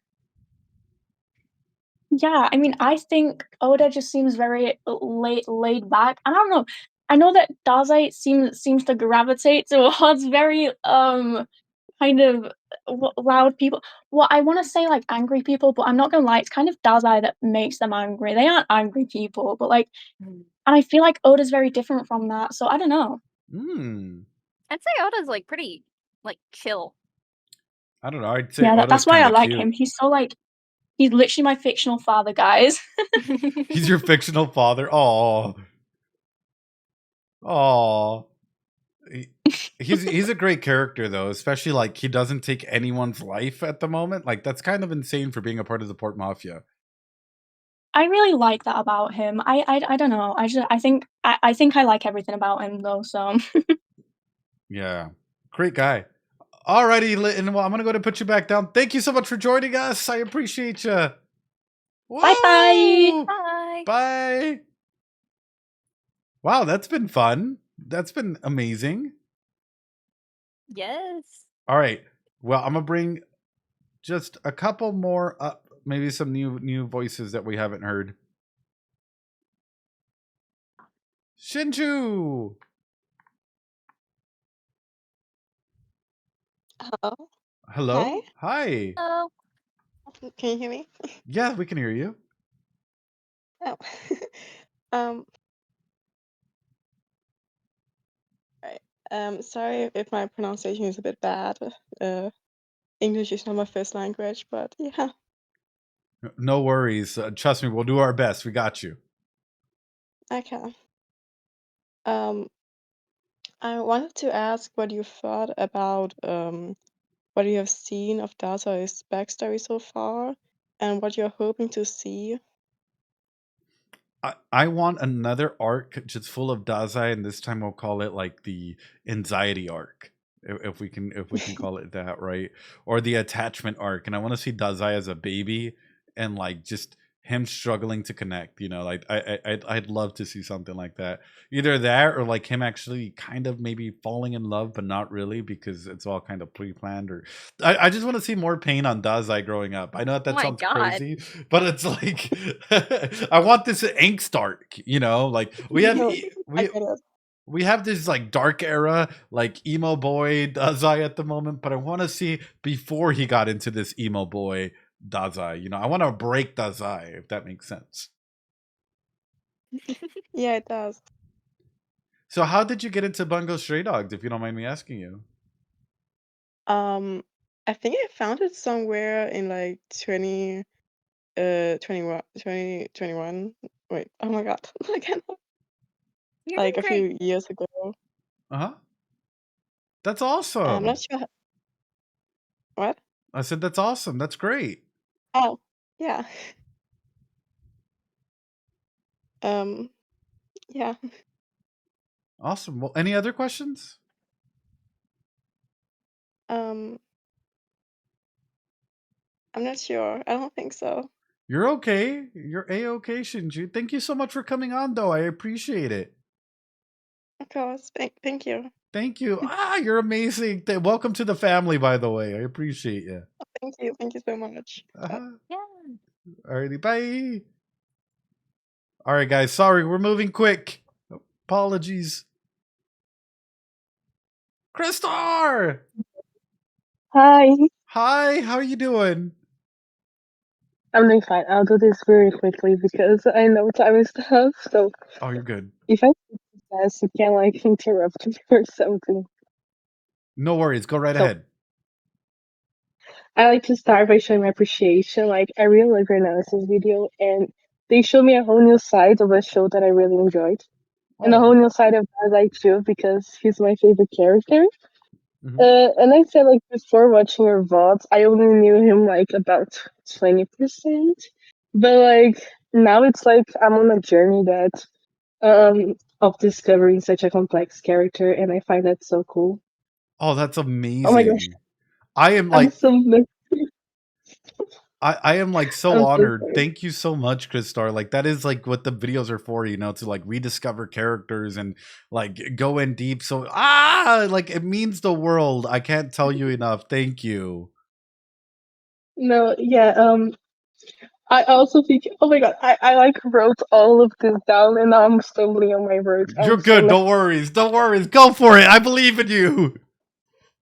Okay, so I also think you're a really smart and funny guy, and you do some crazy accurate shit sometimes. I'm like, what the? Oh, what? Can I curse? Yeah, you can curse. I'm a Yeah. I'm so sorry. Okay, and I also wanted to apologize because I felt like, okay, when I gifted the subs, I felt like I interrupted the analysis. I was like, I'm such a horrible person for doing that. No. Because I was trying to do in the intervals, like you were pausing the video, and I was like, oh, I'll do 10. But until the payment was like, I don't even know why I'm talking about this. I just wanted to apologize if I like bothered anyone. Don't worry about experience. it. No. Don't even worry about it. Trust me. Like when I say don't worry about it, it happens. Especially because I've had it where sometimes I've donated and it doesn't go through until like 5 minutes later. And then you're like, oh God, that is such an awkward experience. You know, you're absolutely goated. And not only that, every time that you donate or like that you've donated, it helps people go ad free. So it helps them out a ton as well. So like, just thank you so much because it helps me and it helps out the community. So thank you.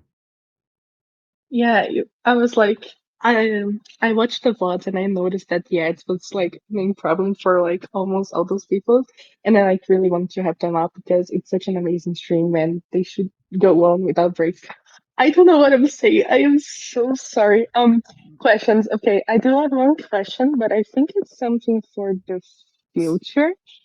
Because something I really don't know, and I would like to know of Dazai's character is like, what would happiness be for Dazai Osamu? And I don't know that question to myself. I don't know if I was the ignorant one, like to not notice it, but it's just something that if you can keep it in mind and if you already have an answer, you can share it later. Do you mind asking the question again? Yes, I'm so sorry. It's like, what is happiness for Dazai Osamu? Ooh. Well, I guess we got to start by asking you, what is happiness for you?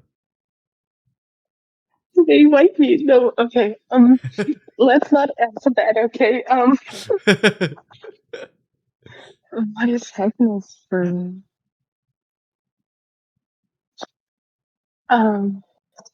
Give me some time to think, and maybe next stream I might answer you. Is that okay? That's a-okay, no worries. No pressure. You see, even my Yeah, mods are like, be nice to them. It's their first stage. I'll ask you a simpler question, okay? Okay. Okay. When did you first discover Bungo Stray Dogs and like what really got you into the show? Okay, so I discovered like 4 or 3 years ago, and like at first I just mistook it for an anime because I mistook it, like I thought Dazai was someone else, but when I started it, I guess I could really relate to some of the things, and that just kind of makes it easier to stick out, and then you get hooked, and then you like just want to see how things will end, especially for Dazai, the character that I relate, like, oh, how does he deal with things that I like kind of deal with on daily basis? Like, I'm not sure if I'm making sense. No, you know, absolutely. Like sometimes we find characters that we can like really attach to, and they're a mirror that we can use to explore the world, I think. So, question for you, which is at the moment, right? Okay, here's another question. It might be deep, and if it's deep, then I'll wait for your answer for the next stream, okay? No, Ed, the cat. I don't know if the cat. No, it's not the cat one. I promise you, it wasn't the cat one. That is so funny. Okay, sure. That is amazing. Oh, you countered me so well.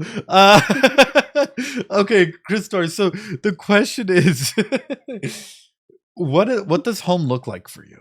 what is home in general for you?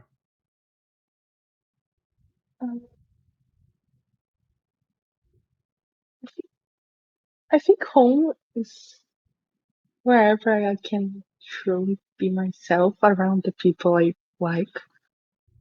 Like when I can actually feel safe and don't need to crack some jokes to lighten the mood, because the mood is always so set in a comfortable area. I think that's home to me, and gladly I am around that a lot, very constantly, and I'm very happy. Do you think that Dazai has a home?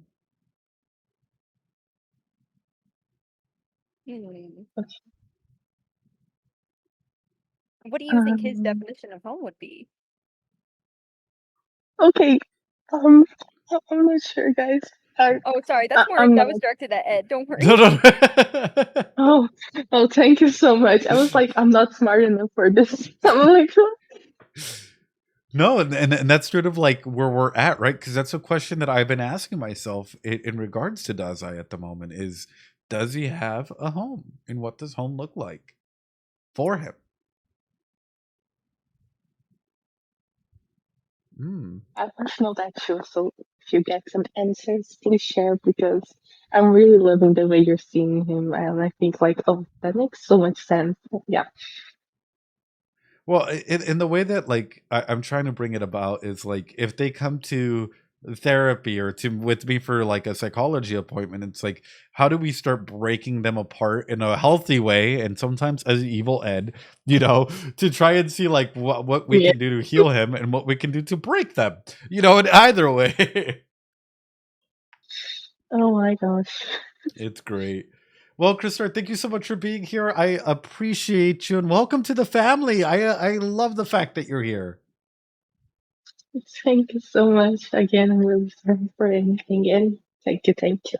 Thank you. I'm sending you all the love and like positive energy your way. Thank you so much.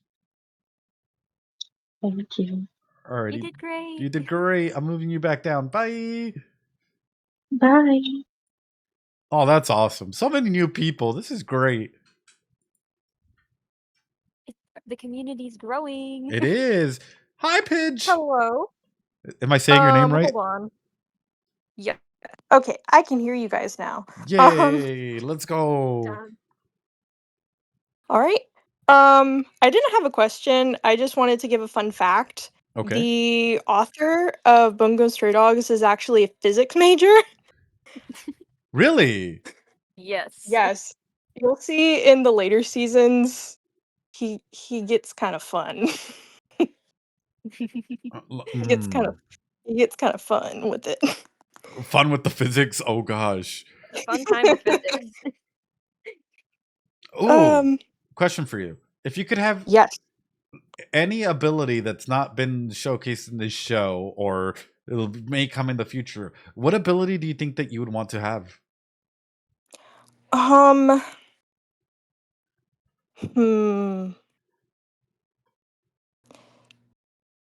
think I would want Ongo's ability. Oh, me too. That's what I said. If not Ongo's ability, there is a character that hasn't shown up yet that I would want his ability. Ooh, okay. Ooh, you should leave that in the spoiler chat. Wait, I'm what curious. season? I will. What season? Ooh, when does he get introduced? Season 4 or season 5? Oh, we have 2 more seasons and a movie and an OVA to get through. That's insane, but awesome. Yeah. I just want to say, I come from a theater background, so all of my analysis is from a storytelling perspective. So it's nice seeing analysis from a psychological perspective. It's also really nice, seeing somebody else come to the same or similar conclusions that I did, but through different means, I guess. Right. Mm-hmm. Well, that's awesome. And So- also, tell me about your theater background. Wait a minute. Like, you can't just drop that in and be like, yeah, I have a theater background and come into somebody that also has a theater background. What have you studied? What have you done? That's awesome. I'm currently going to school for sound design. Yo, that's amazing. Hell yeah. Okay, when were you a theater nerd? Now I gotta know. I started doing theater in middle school. Wow. And I did it all through high school. Were you like a thespian? No, I just did all of the tech for shows. And then my director in high school just suggested me a program that I got a scholarship for. So that's what I've been doing ever since. That's amazing. Like, congratulations. That's huge. Thank you so much. Thank you. So I'm assuming that, like, even through sound, right, you do have to take some, like, theater history. Oh, yes. So you've covered Brecht, right? Probably. I love you already. You're like, probably. It was like a little chapter in it. I've had to take a gap year, so it's been a minute since I've done like I go back. I go back in the fall. It's been a minute since I've done anything on stage. Fair. What's your favorite musical? Ooh, Into the Woods. Mm-hmm. We gotta have a musical night one of these days. I think it'd be great. Yes. Mm-hmm. Yes. I think that would be so fun. So, question for you: what musical do you think the Zai would be in? What musical do I think Dazai would be in? Yes. Oh my goodness, that's a hard one. Ooh. Oh my goodness. Dear Evan Hansen. Oh my god. Didn't we joke about this like yesterday? Oh god. Yeah, we were joking about this yesterday too. Dear Dazai. That's crazy. Crazy pull. Yeah, Dear Evan Hansen. Damn. I don't listen to a lot of musicals. I know more about plays. But all right. Any other questions, Pidge, before we put you down? No, I don't think so. Well- Unless you have anything for me. Oh, that's my sign that I gotta let my dog go out. Give me 1 second. Sorry, y'all. It's Loki. You're good. My dog's name is Loki. Oh. That's crazy.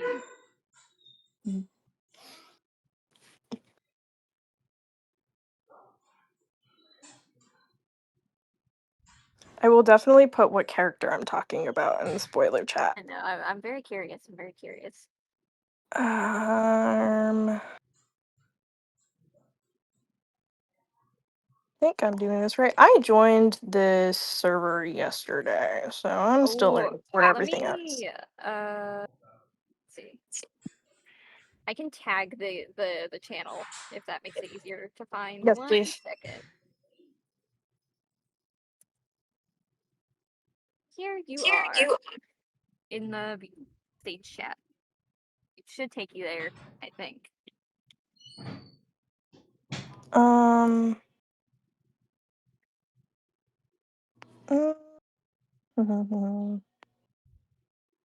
Is it spoiler VC and then I go to the chat? Oh, are you able to see the general stage chat here? Wait. Aha! I found it. Okay, good. I could say if it's hard to find here, I could tag it in general. So Okay.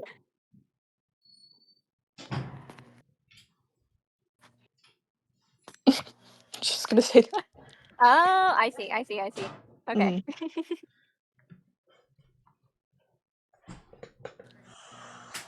Their abilities are very similar. Yeah. Okay, I'm back. Hi. All right, Paige. I think I was gonna ask you a question, huh? Before. Yeah. Right? I think Pitch asked if you had any questions. Yeah, Paige, I do have a question for you. Oh, go for it. Okay. In a battle, who do you think would win between like a one-on-one, no outside interference, playing straight between Aku and Atsushi at this point in time? At this point in time, abilities or no abilities? Abilities. Abilities. I think my answer would still be the same with no abilities. I think Aku. Dang. At this point in time. So who's your favorite ship? My favorite ship? Ooh. I don't know.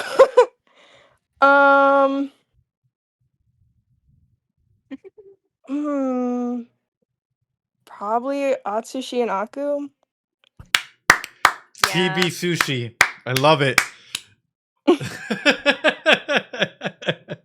That's wonderful. There's There's a ship that me and my friend came up with that's like a crack ship, and I can't wait for you to meet the character, but it's with Ongo and another character. Oh my Oh gosh, okay. And I'm spreading my propaganda as soon as you meet this character. Send that in the spoiler thread too. I need to know. I will. Well, thank you so much, Pidge. Of course. I got to put you back down because I got to move quickly. I've been out of time for a bit, but thank you. Of course. Bye. Bye. Bye-bye. Alrighty. Unfortunately, y'all, we are out of time. I know that there's so many of y'all still waiting. I appreciate y'all. I'm just gonna say real quick to one person. Renji is real. Anula. Hi, Anula. Ranchu supremacy. True. The Ranchu captain here. Welcome on through. And also, Kimch, thank you so much. Bitchy, I am so sorry I didn't get to fully talk to you today. Hi, Kimch. Hello, hi. Hi. Oh my gosh. Welcome on in. Nick. Hi. Hi, welcome on in. Sorry I didn't get to fully say hi to everyone. I apologize. You're good. Mallory, hi. All right. Hi. Big round. Hi, Mitchie. How you doing? Hope you're doing well. Hi. Hi. Thank you. Yeah, I Big group. Yeah, big group here. Apologies to everyone. Sorry, y'all. I will take note of everyone that's here, so that way you guys are up next on the following episode. It's just I completely ran out of time. I apologize. You're all good. You want to? I think it's okay. You want to do a quick round of one question per person, and I answer super Oh quickly? yeah. Sure. Yeah. All right, let's do it that way. All right, Nick, you go first. Also, hi, Nick. Wait, what? Nick, Nikolai, you go first. I was confused because I don't usually get called that. Nikolai, please. Also, did you like the episode? Yeah, I loved the episode. Oh, you're great. Do you think that because Dazai's ability is no longer human, do you think that's like kind of like a way of like dehumanizing himself in a way? Yes. I mean, further explanations, just yes, absolutely. I do think that there is probably a lot to take in about his ability in that regard. But yes, I think in a big way, it's a aspect to dehumanize himself. So yeah, if I explain it, it'd take me like 8 whiteboards. But yes, keep that in mind. All right, Nikolai, we're moving over to Kale. Hi. Okay, so my question. Did you see any parallels like between season 1 and season 2? Well, this episode, like for example in the outro, well, do you think, or any part of the animation or story? I mean, there's always parallels to behold. It's a little difficult to answer when I'm answering quickly. I will say though, I will say though, the fact that like we actually got to see them break bread, but Dazai be more natural in breaking bread with in the past and in the future was interesting. Yeah, that's the best way I can put it. There's a couple of weird parallels in there, but also back question for you: do you think that Kunikita and Dazai are gonna have a back breakup? Oh, that was a quick. As I mentioned, my loves. I hope they don't. I hope they don't. I don't think so. Honestly, I don't think so. I think the way Dazai's arc progresses, I'm not sure if it makes sense for them to break up. If like what I take from the story of the message of the story of redemption, which is what I think of the story is in some ways, apart from a lot of nuances. I don't think like that could happen. I mean, breakups happen. That doesn't mean anyone's evil in the party, but like not like that. So you're saying it's not about breakups, it's about kiss, kiss, fall in love. I got it. Ren. Yeah, it's about kiss, fall in love. You know what? Chuya, Kunikita, and Dazai. So real. They should kiss each other. Okay, that's a fast one. So true. Based. Yes, it is true. I love how quick this is. Everyone's like, based. Ren. I have feelings. Listen. Hi. I love your questions. Yeah. Okay, so my question was just what do you think about like Dazai and Ongo and their relationship? Because there's scenes from this episode that just live in my head rent free. So I mean, there's a lot of scenes that live rent free, if we're being honest about it. I find it interesting that, you know, being an executive, he still allows them to just be so nonchalant with them. And I thought that was pretty cool, which kind of showcased that, like, I think for me, maybe the people struggled to connect with Dazai, or maybe people were afraid of connection with Dazai, or just Dazai being Dazai can creep people out, you know, especially if you just go around someone and they're like, I want to double pistachio myself, you know, like it can be a little difficult for some people to like fully acknowledge and understand, right? However, it makes me like, considering the fact that Dazai was also thinking, you know what, this might be a frame, or that, like, you know, this might be more layers at work rather than just immediately blaming him, showcases that there's layers of trust, which I thought was kind of cool. But at the same time, it makes me wonder what was uncovered in this regard, that there's so much people trying to go out and frame him, if that makes sense. oh yes, I love that answer. Thank you. Question for you. Mhm. What's your favorite ship?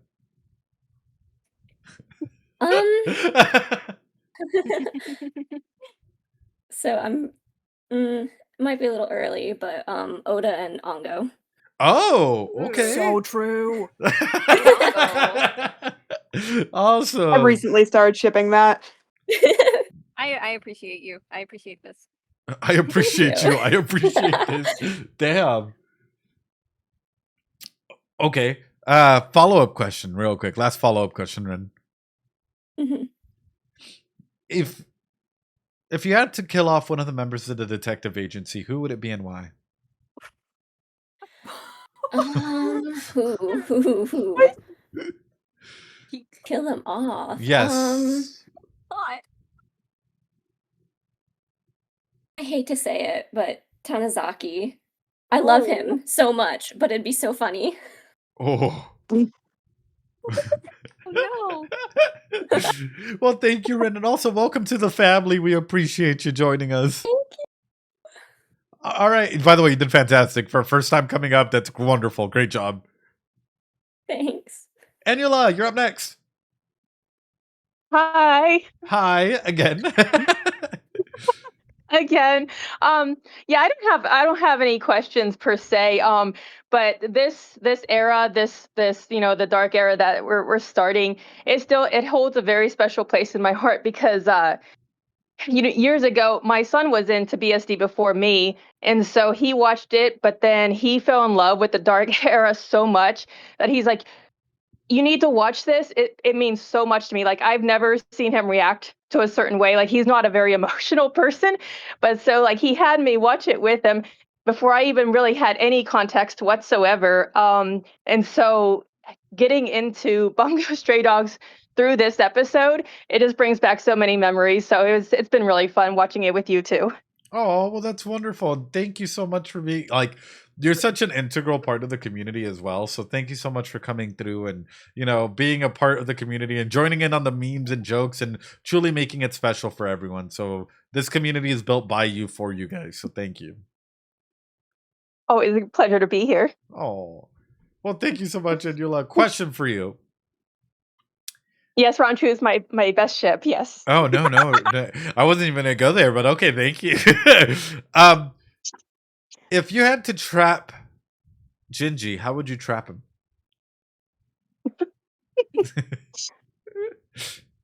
Oh. What is his weakness? Actually, you know what? I'll ask you a simpler question, okay? If there was a cringe era, right, where you got to see sort of cringy moments of a character for like 5 minutes as a joke, who would you like want the cringe era to be on? I think I think it might have to be Rompo, just because it would just be so fun. He's my favorite, so like I would just have a ball watching that. 5 minutes of cringe era episodes of Rob. Dude, that'd be great. That'd be such a cool idea.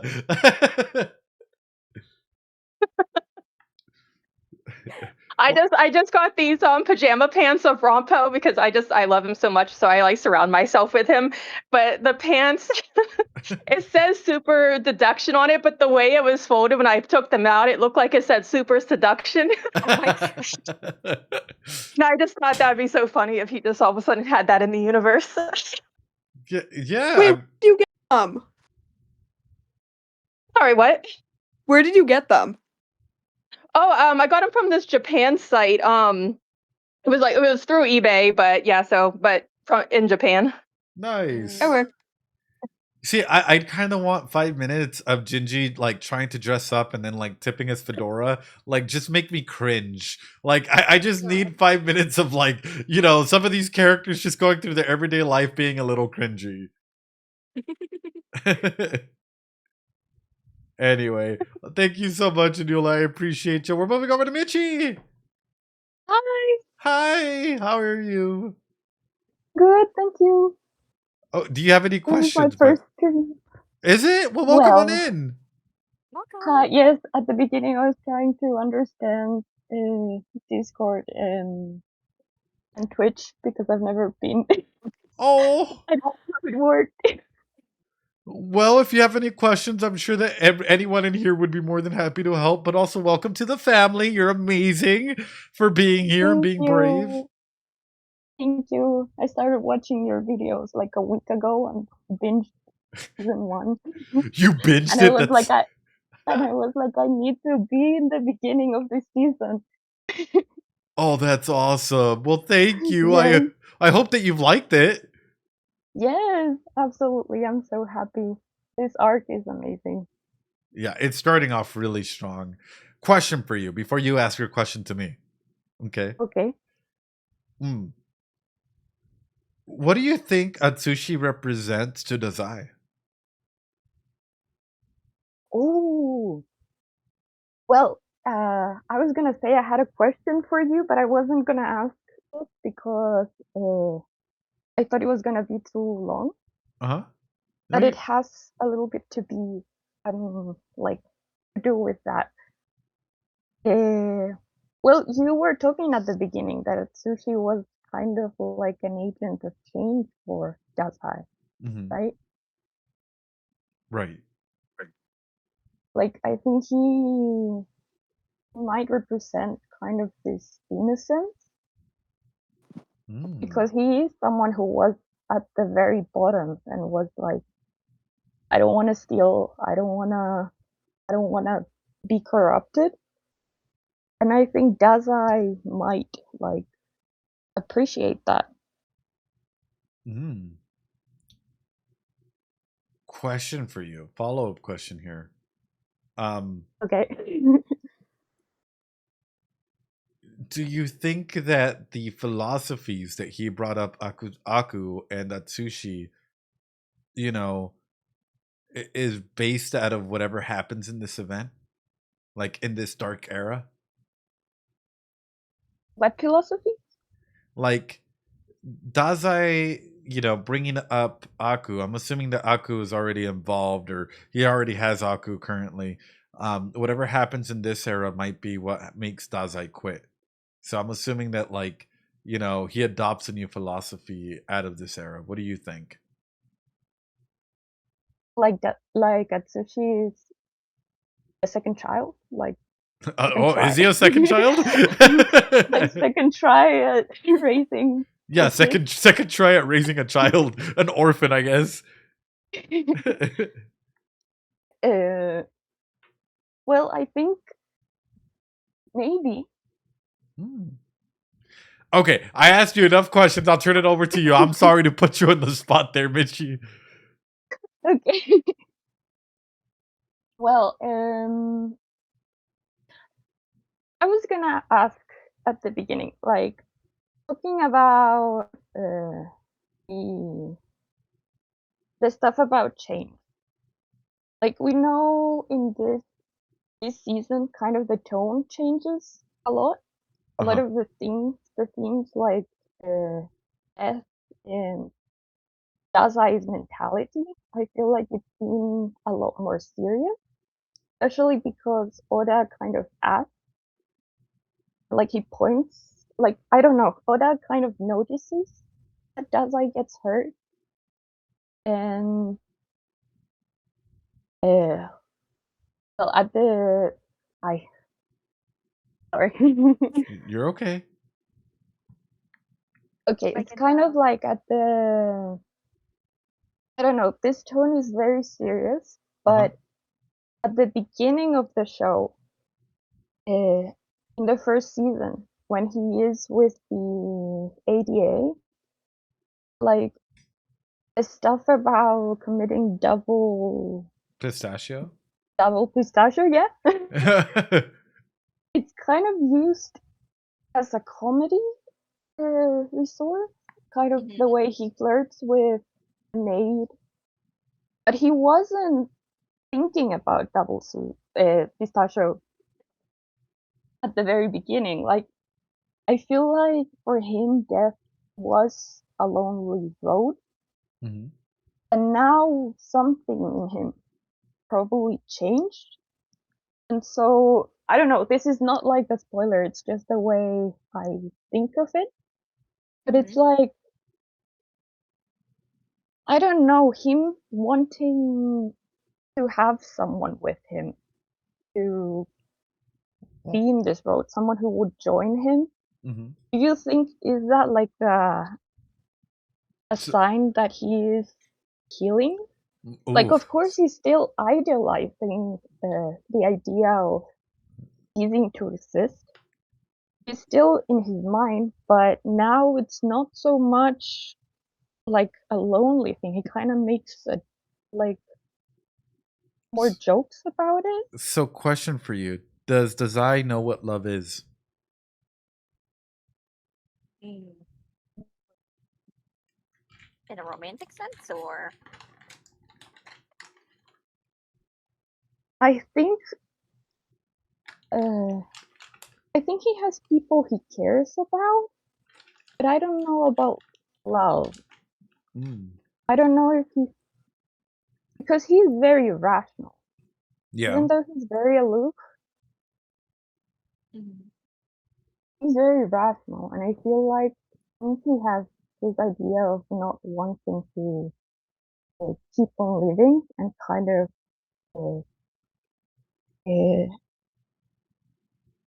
so the reason why I asked, I don't know, like not wanting to inconvenience others. I think he kind of keeps a distance. So again, right, that comes in with like, what is his perception of love? And I asked that, and it ties in with death as well, because a lot of individuals feel like love and death go hand in hand, right? And at times, like, what is scarier for a lot of people but loneliness, right? Like dying alone. So even the double pistachio jokes, like, oh well, I'm trying to. So for me, it's making me wonder, like, has he had anybody actually love him? Does he understand what love is in general? Is Dazai maybe on the spectrum as well? Just throwing that out there, right? Nothing to think about. Yeah, just some little things to think about. But great forms of thinking, Michi. I feel like you're getting us thinking in like various angles here. Thank you. Another question I had, maybe, like, if the characters were drinks, like like alcoholic or mocktails, what do you think it would be? Oh, that's a Or hard. like keep it to the main one. I'll do Gingy. Yeah. I feel like Gingy. Oh, either one or the other, right? I have two drinks in mind. One of them's a margarita because it's a little spicy, you know, a little there's a little flavor in there, a little kick. Or the other one is I know. The other one is it's called a michelada. Oh. Wait, Michi, you know what that is? Yes. Ah, yes. Okay, so I haven't tried it, but yes, I know. a little salt and tahini on the rim. Yeah, makes it a little. It is a spicy beer essentially. You know, he's a spicy beer, spicy Gingy. So the best way for me to think about it. He is spicy. He is spicy. Yes, it's great. No, it is really tasty. They're my favorite drinks actually. No wonder I like Gingy. But thank you so much, Michi. Thank you. Alrighty, Z99, ¿cómo estás? How you doing? Welcome on in. Oh. Oh. Oh. Oh dear. Hello, Z. Hello. Can you hear me? You sound a little far away. I'm not sure if it's just me, though. Pretty quiet, yeah. Yeah, it's very quiet.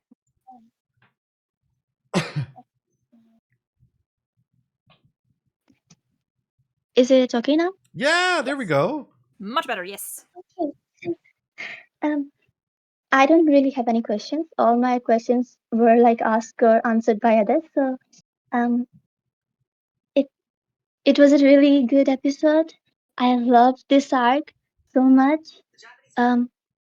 All the symbolism really was really amazing, and I couldn't even notice like anything at when I watched it at first. It's amazing.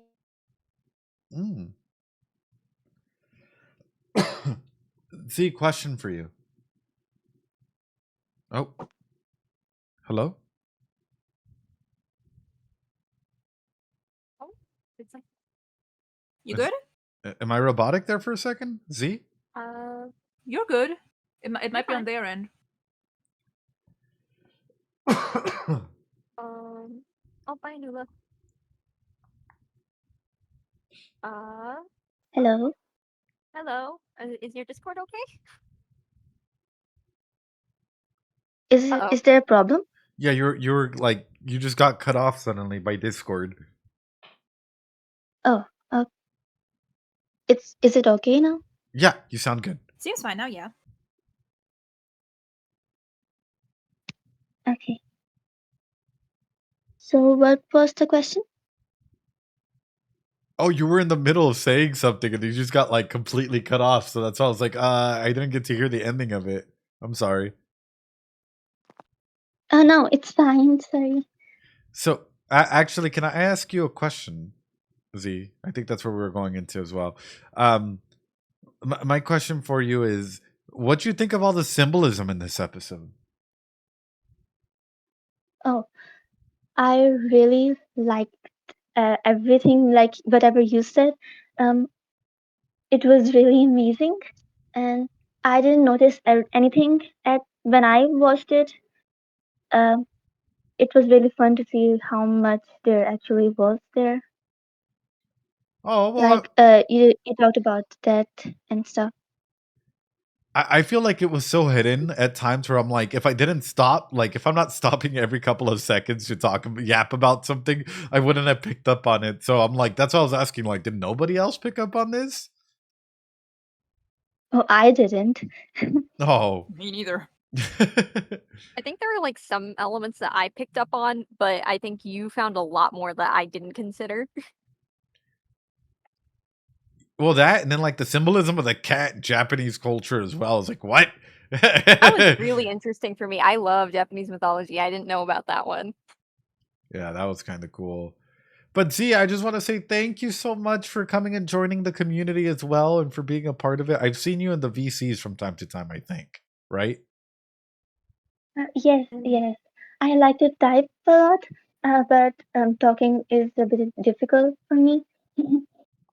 Oh, well, just know that like we appreciate you, especially seeing how active you are. You're amazing. I hope you know that, and honestly, I hope that you keep enjoying the analysis that we get into. Yes, yes, I love it. Oh, thank you. All right, we're gonna keep moving on because I am like literally on a time. Mallory, Hi. hi. Can you hear me? You're a little far away as Sorry well. if I'm a little. I'm sorry if I'm a little quiet. I'm trying to be quiet, but I have a question I wanted to ask. Okay. Uh-huh. So isn't it a bit strange how in the beginning Dazai says how Sensei the cat is basically like he looks up to it in a way, like he says, he comments something about like the cat being like wise and you know this kind of it's like he's it's almost like as if he's you know projecting some traits onto it, despite it just like you know just acting like a cat in general. But then when they are toasting, Oda says, to the stray dogs, and they all toast. So, like, my question is, how much do you think Dazai actually relates to being a dog, and how much is like, because there's the whole thing between cats and dogs being like the complete opposite of each other, and Mhm. so, uh, do you think that maybe Dazai relates more to being a cat than a stray dog? Or do you think that Dazai relates more towards a lizard? Sorry, what? She's throwing it through a Michael intervention? the reptiles, they're out there, She loves the lizards. Dazai lizard. I mean, he could be many animals. I don't know. No, but I that's sort of the main aspect that I'm trying lizard's eye. That's sort of the main element that I'm trying to get at is like for Dazai, I think in general it's like how much does he actually like because he understands social connection, right? Clearly by him actually going to a bar and whatnot. But how much of it does he truly understand? Yeah. Yeah, I think so someone has said at some point, um, like in the fandom that Dazai is basically like a walking contradiction. Like he walks around parading like he understands the world around him, the people around him, you know. Mhm. But in actuality, he's you know you can't really know how much of it is like a mask he's putting and how much is you know his actual real self. Right. So No. yeah.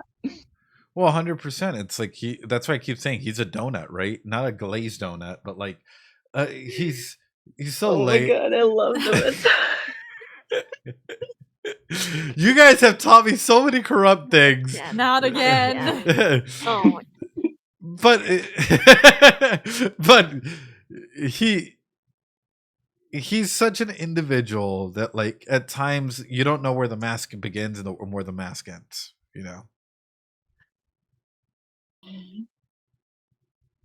Yeah. Just a little laughter coming from you guys is insane. Well, thank you so Oh much, yeah, one Valerie. thing I wanted to mention. I feel like Sorry, it's just one small thing I wanted to mention. I was so confused. I was so confused that you didn't analyze the shot of Pango's bag because it turned out to be so important. Well, because there was so many other death things that, like, I feel like that took less of a priority compared to, like, the ringing of a cup.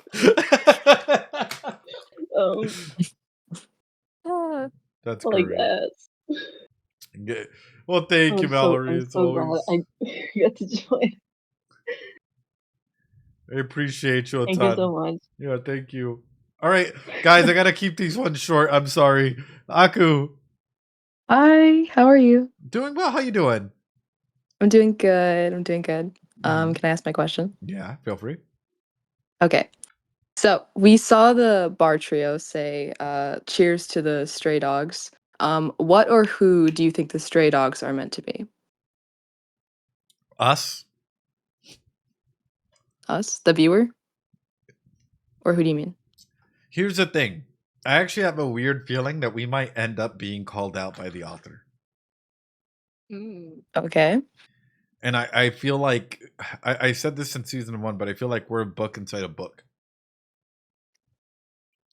And I feel like the whole aspect with the chapters and with the photographs and the typewriter sounds and everything that we hear in episode 1 is a clear alliteration, a very Brechtian approach to showcase that, like, what we're like, keep us separated but yet in there, right? So for example, to us, the stray dogs, it's like to all the individuals out there that might be going through shit, right? That might be depressed, that might have gone through or certain obstacles in their life, right? It might not necessarily have a direct purpose in their life, you know, to keep going forward, to be resilient. And I think that's what the viewers are, is a lot of us come together into this series because we've all gone through something in our life that rings true in some of these characters, right? No, I agree. I like that answer. I think a lot of Bungo Stray Dog fans, for better or for worse, are a little, you know.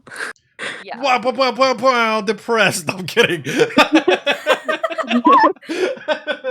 It's okay because, like, we're all together, you know? Yeah. We're all depressed together. At least we're not alone.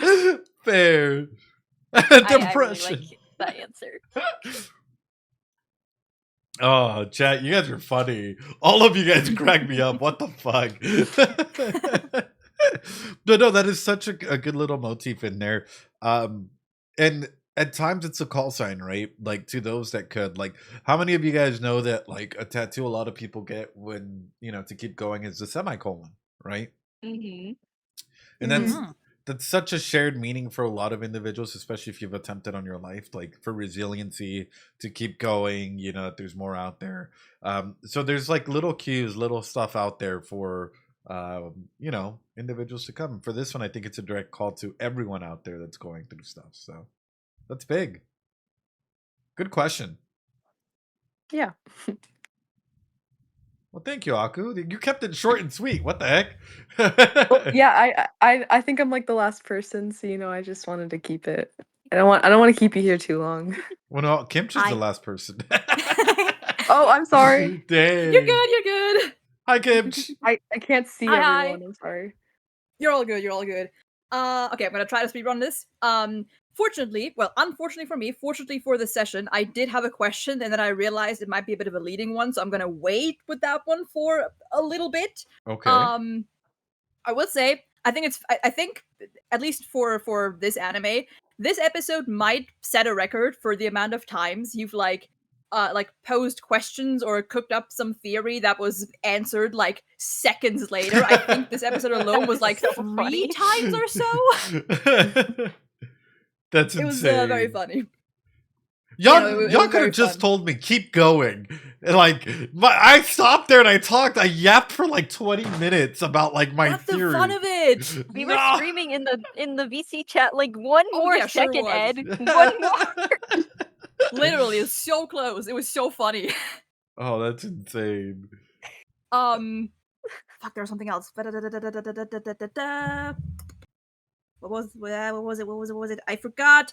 I don't remember. So, leaving us off with because we were talking about ships earlier. I need to honorary mention Kunikida and Rampo and Shuya and Dazai and Kunikida and everyone.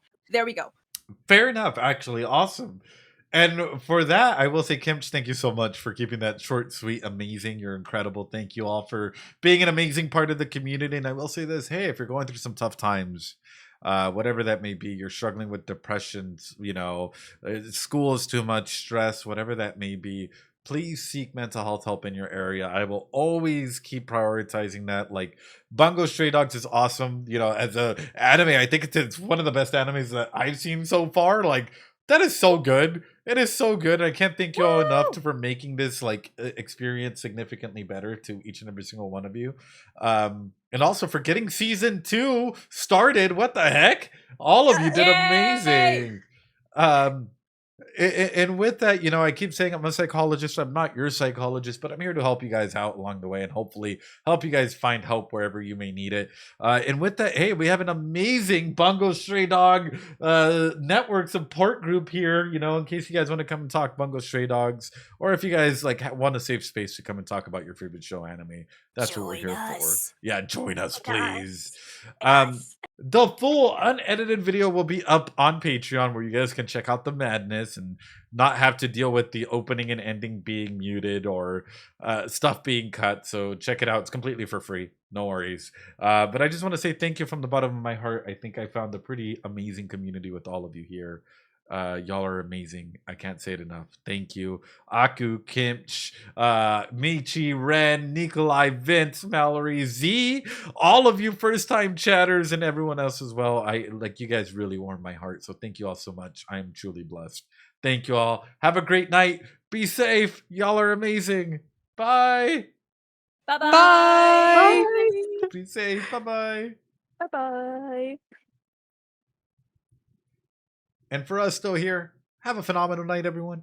Be safe. I might be on later to stream a game, or maybe on Sunday. I don't know quite yet. I think on Sunday I might be playing Gris, Gris, which is a very lovely looking environmental storytelling game. And I hope y'all can come and join, as well as checking out your Minecraft builds on the server.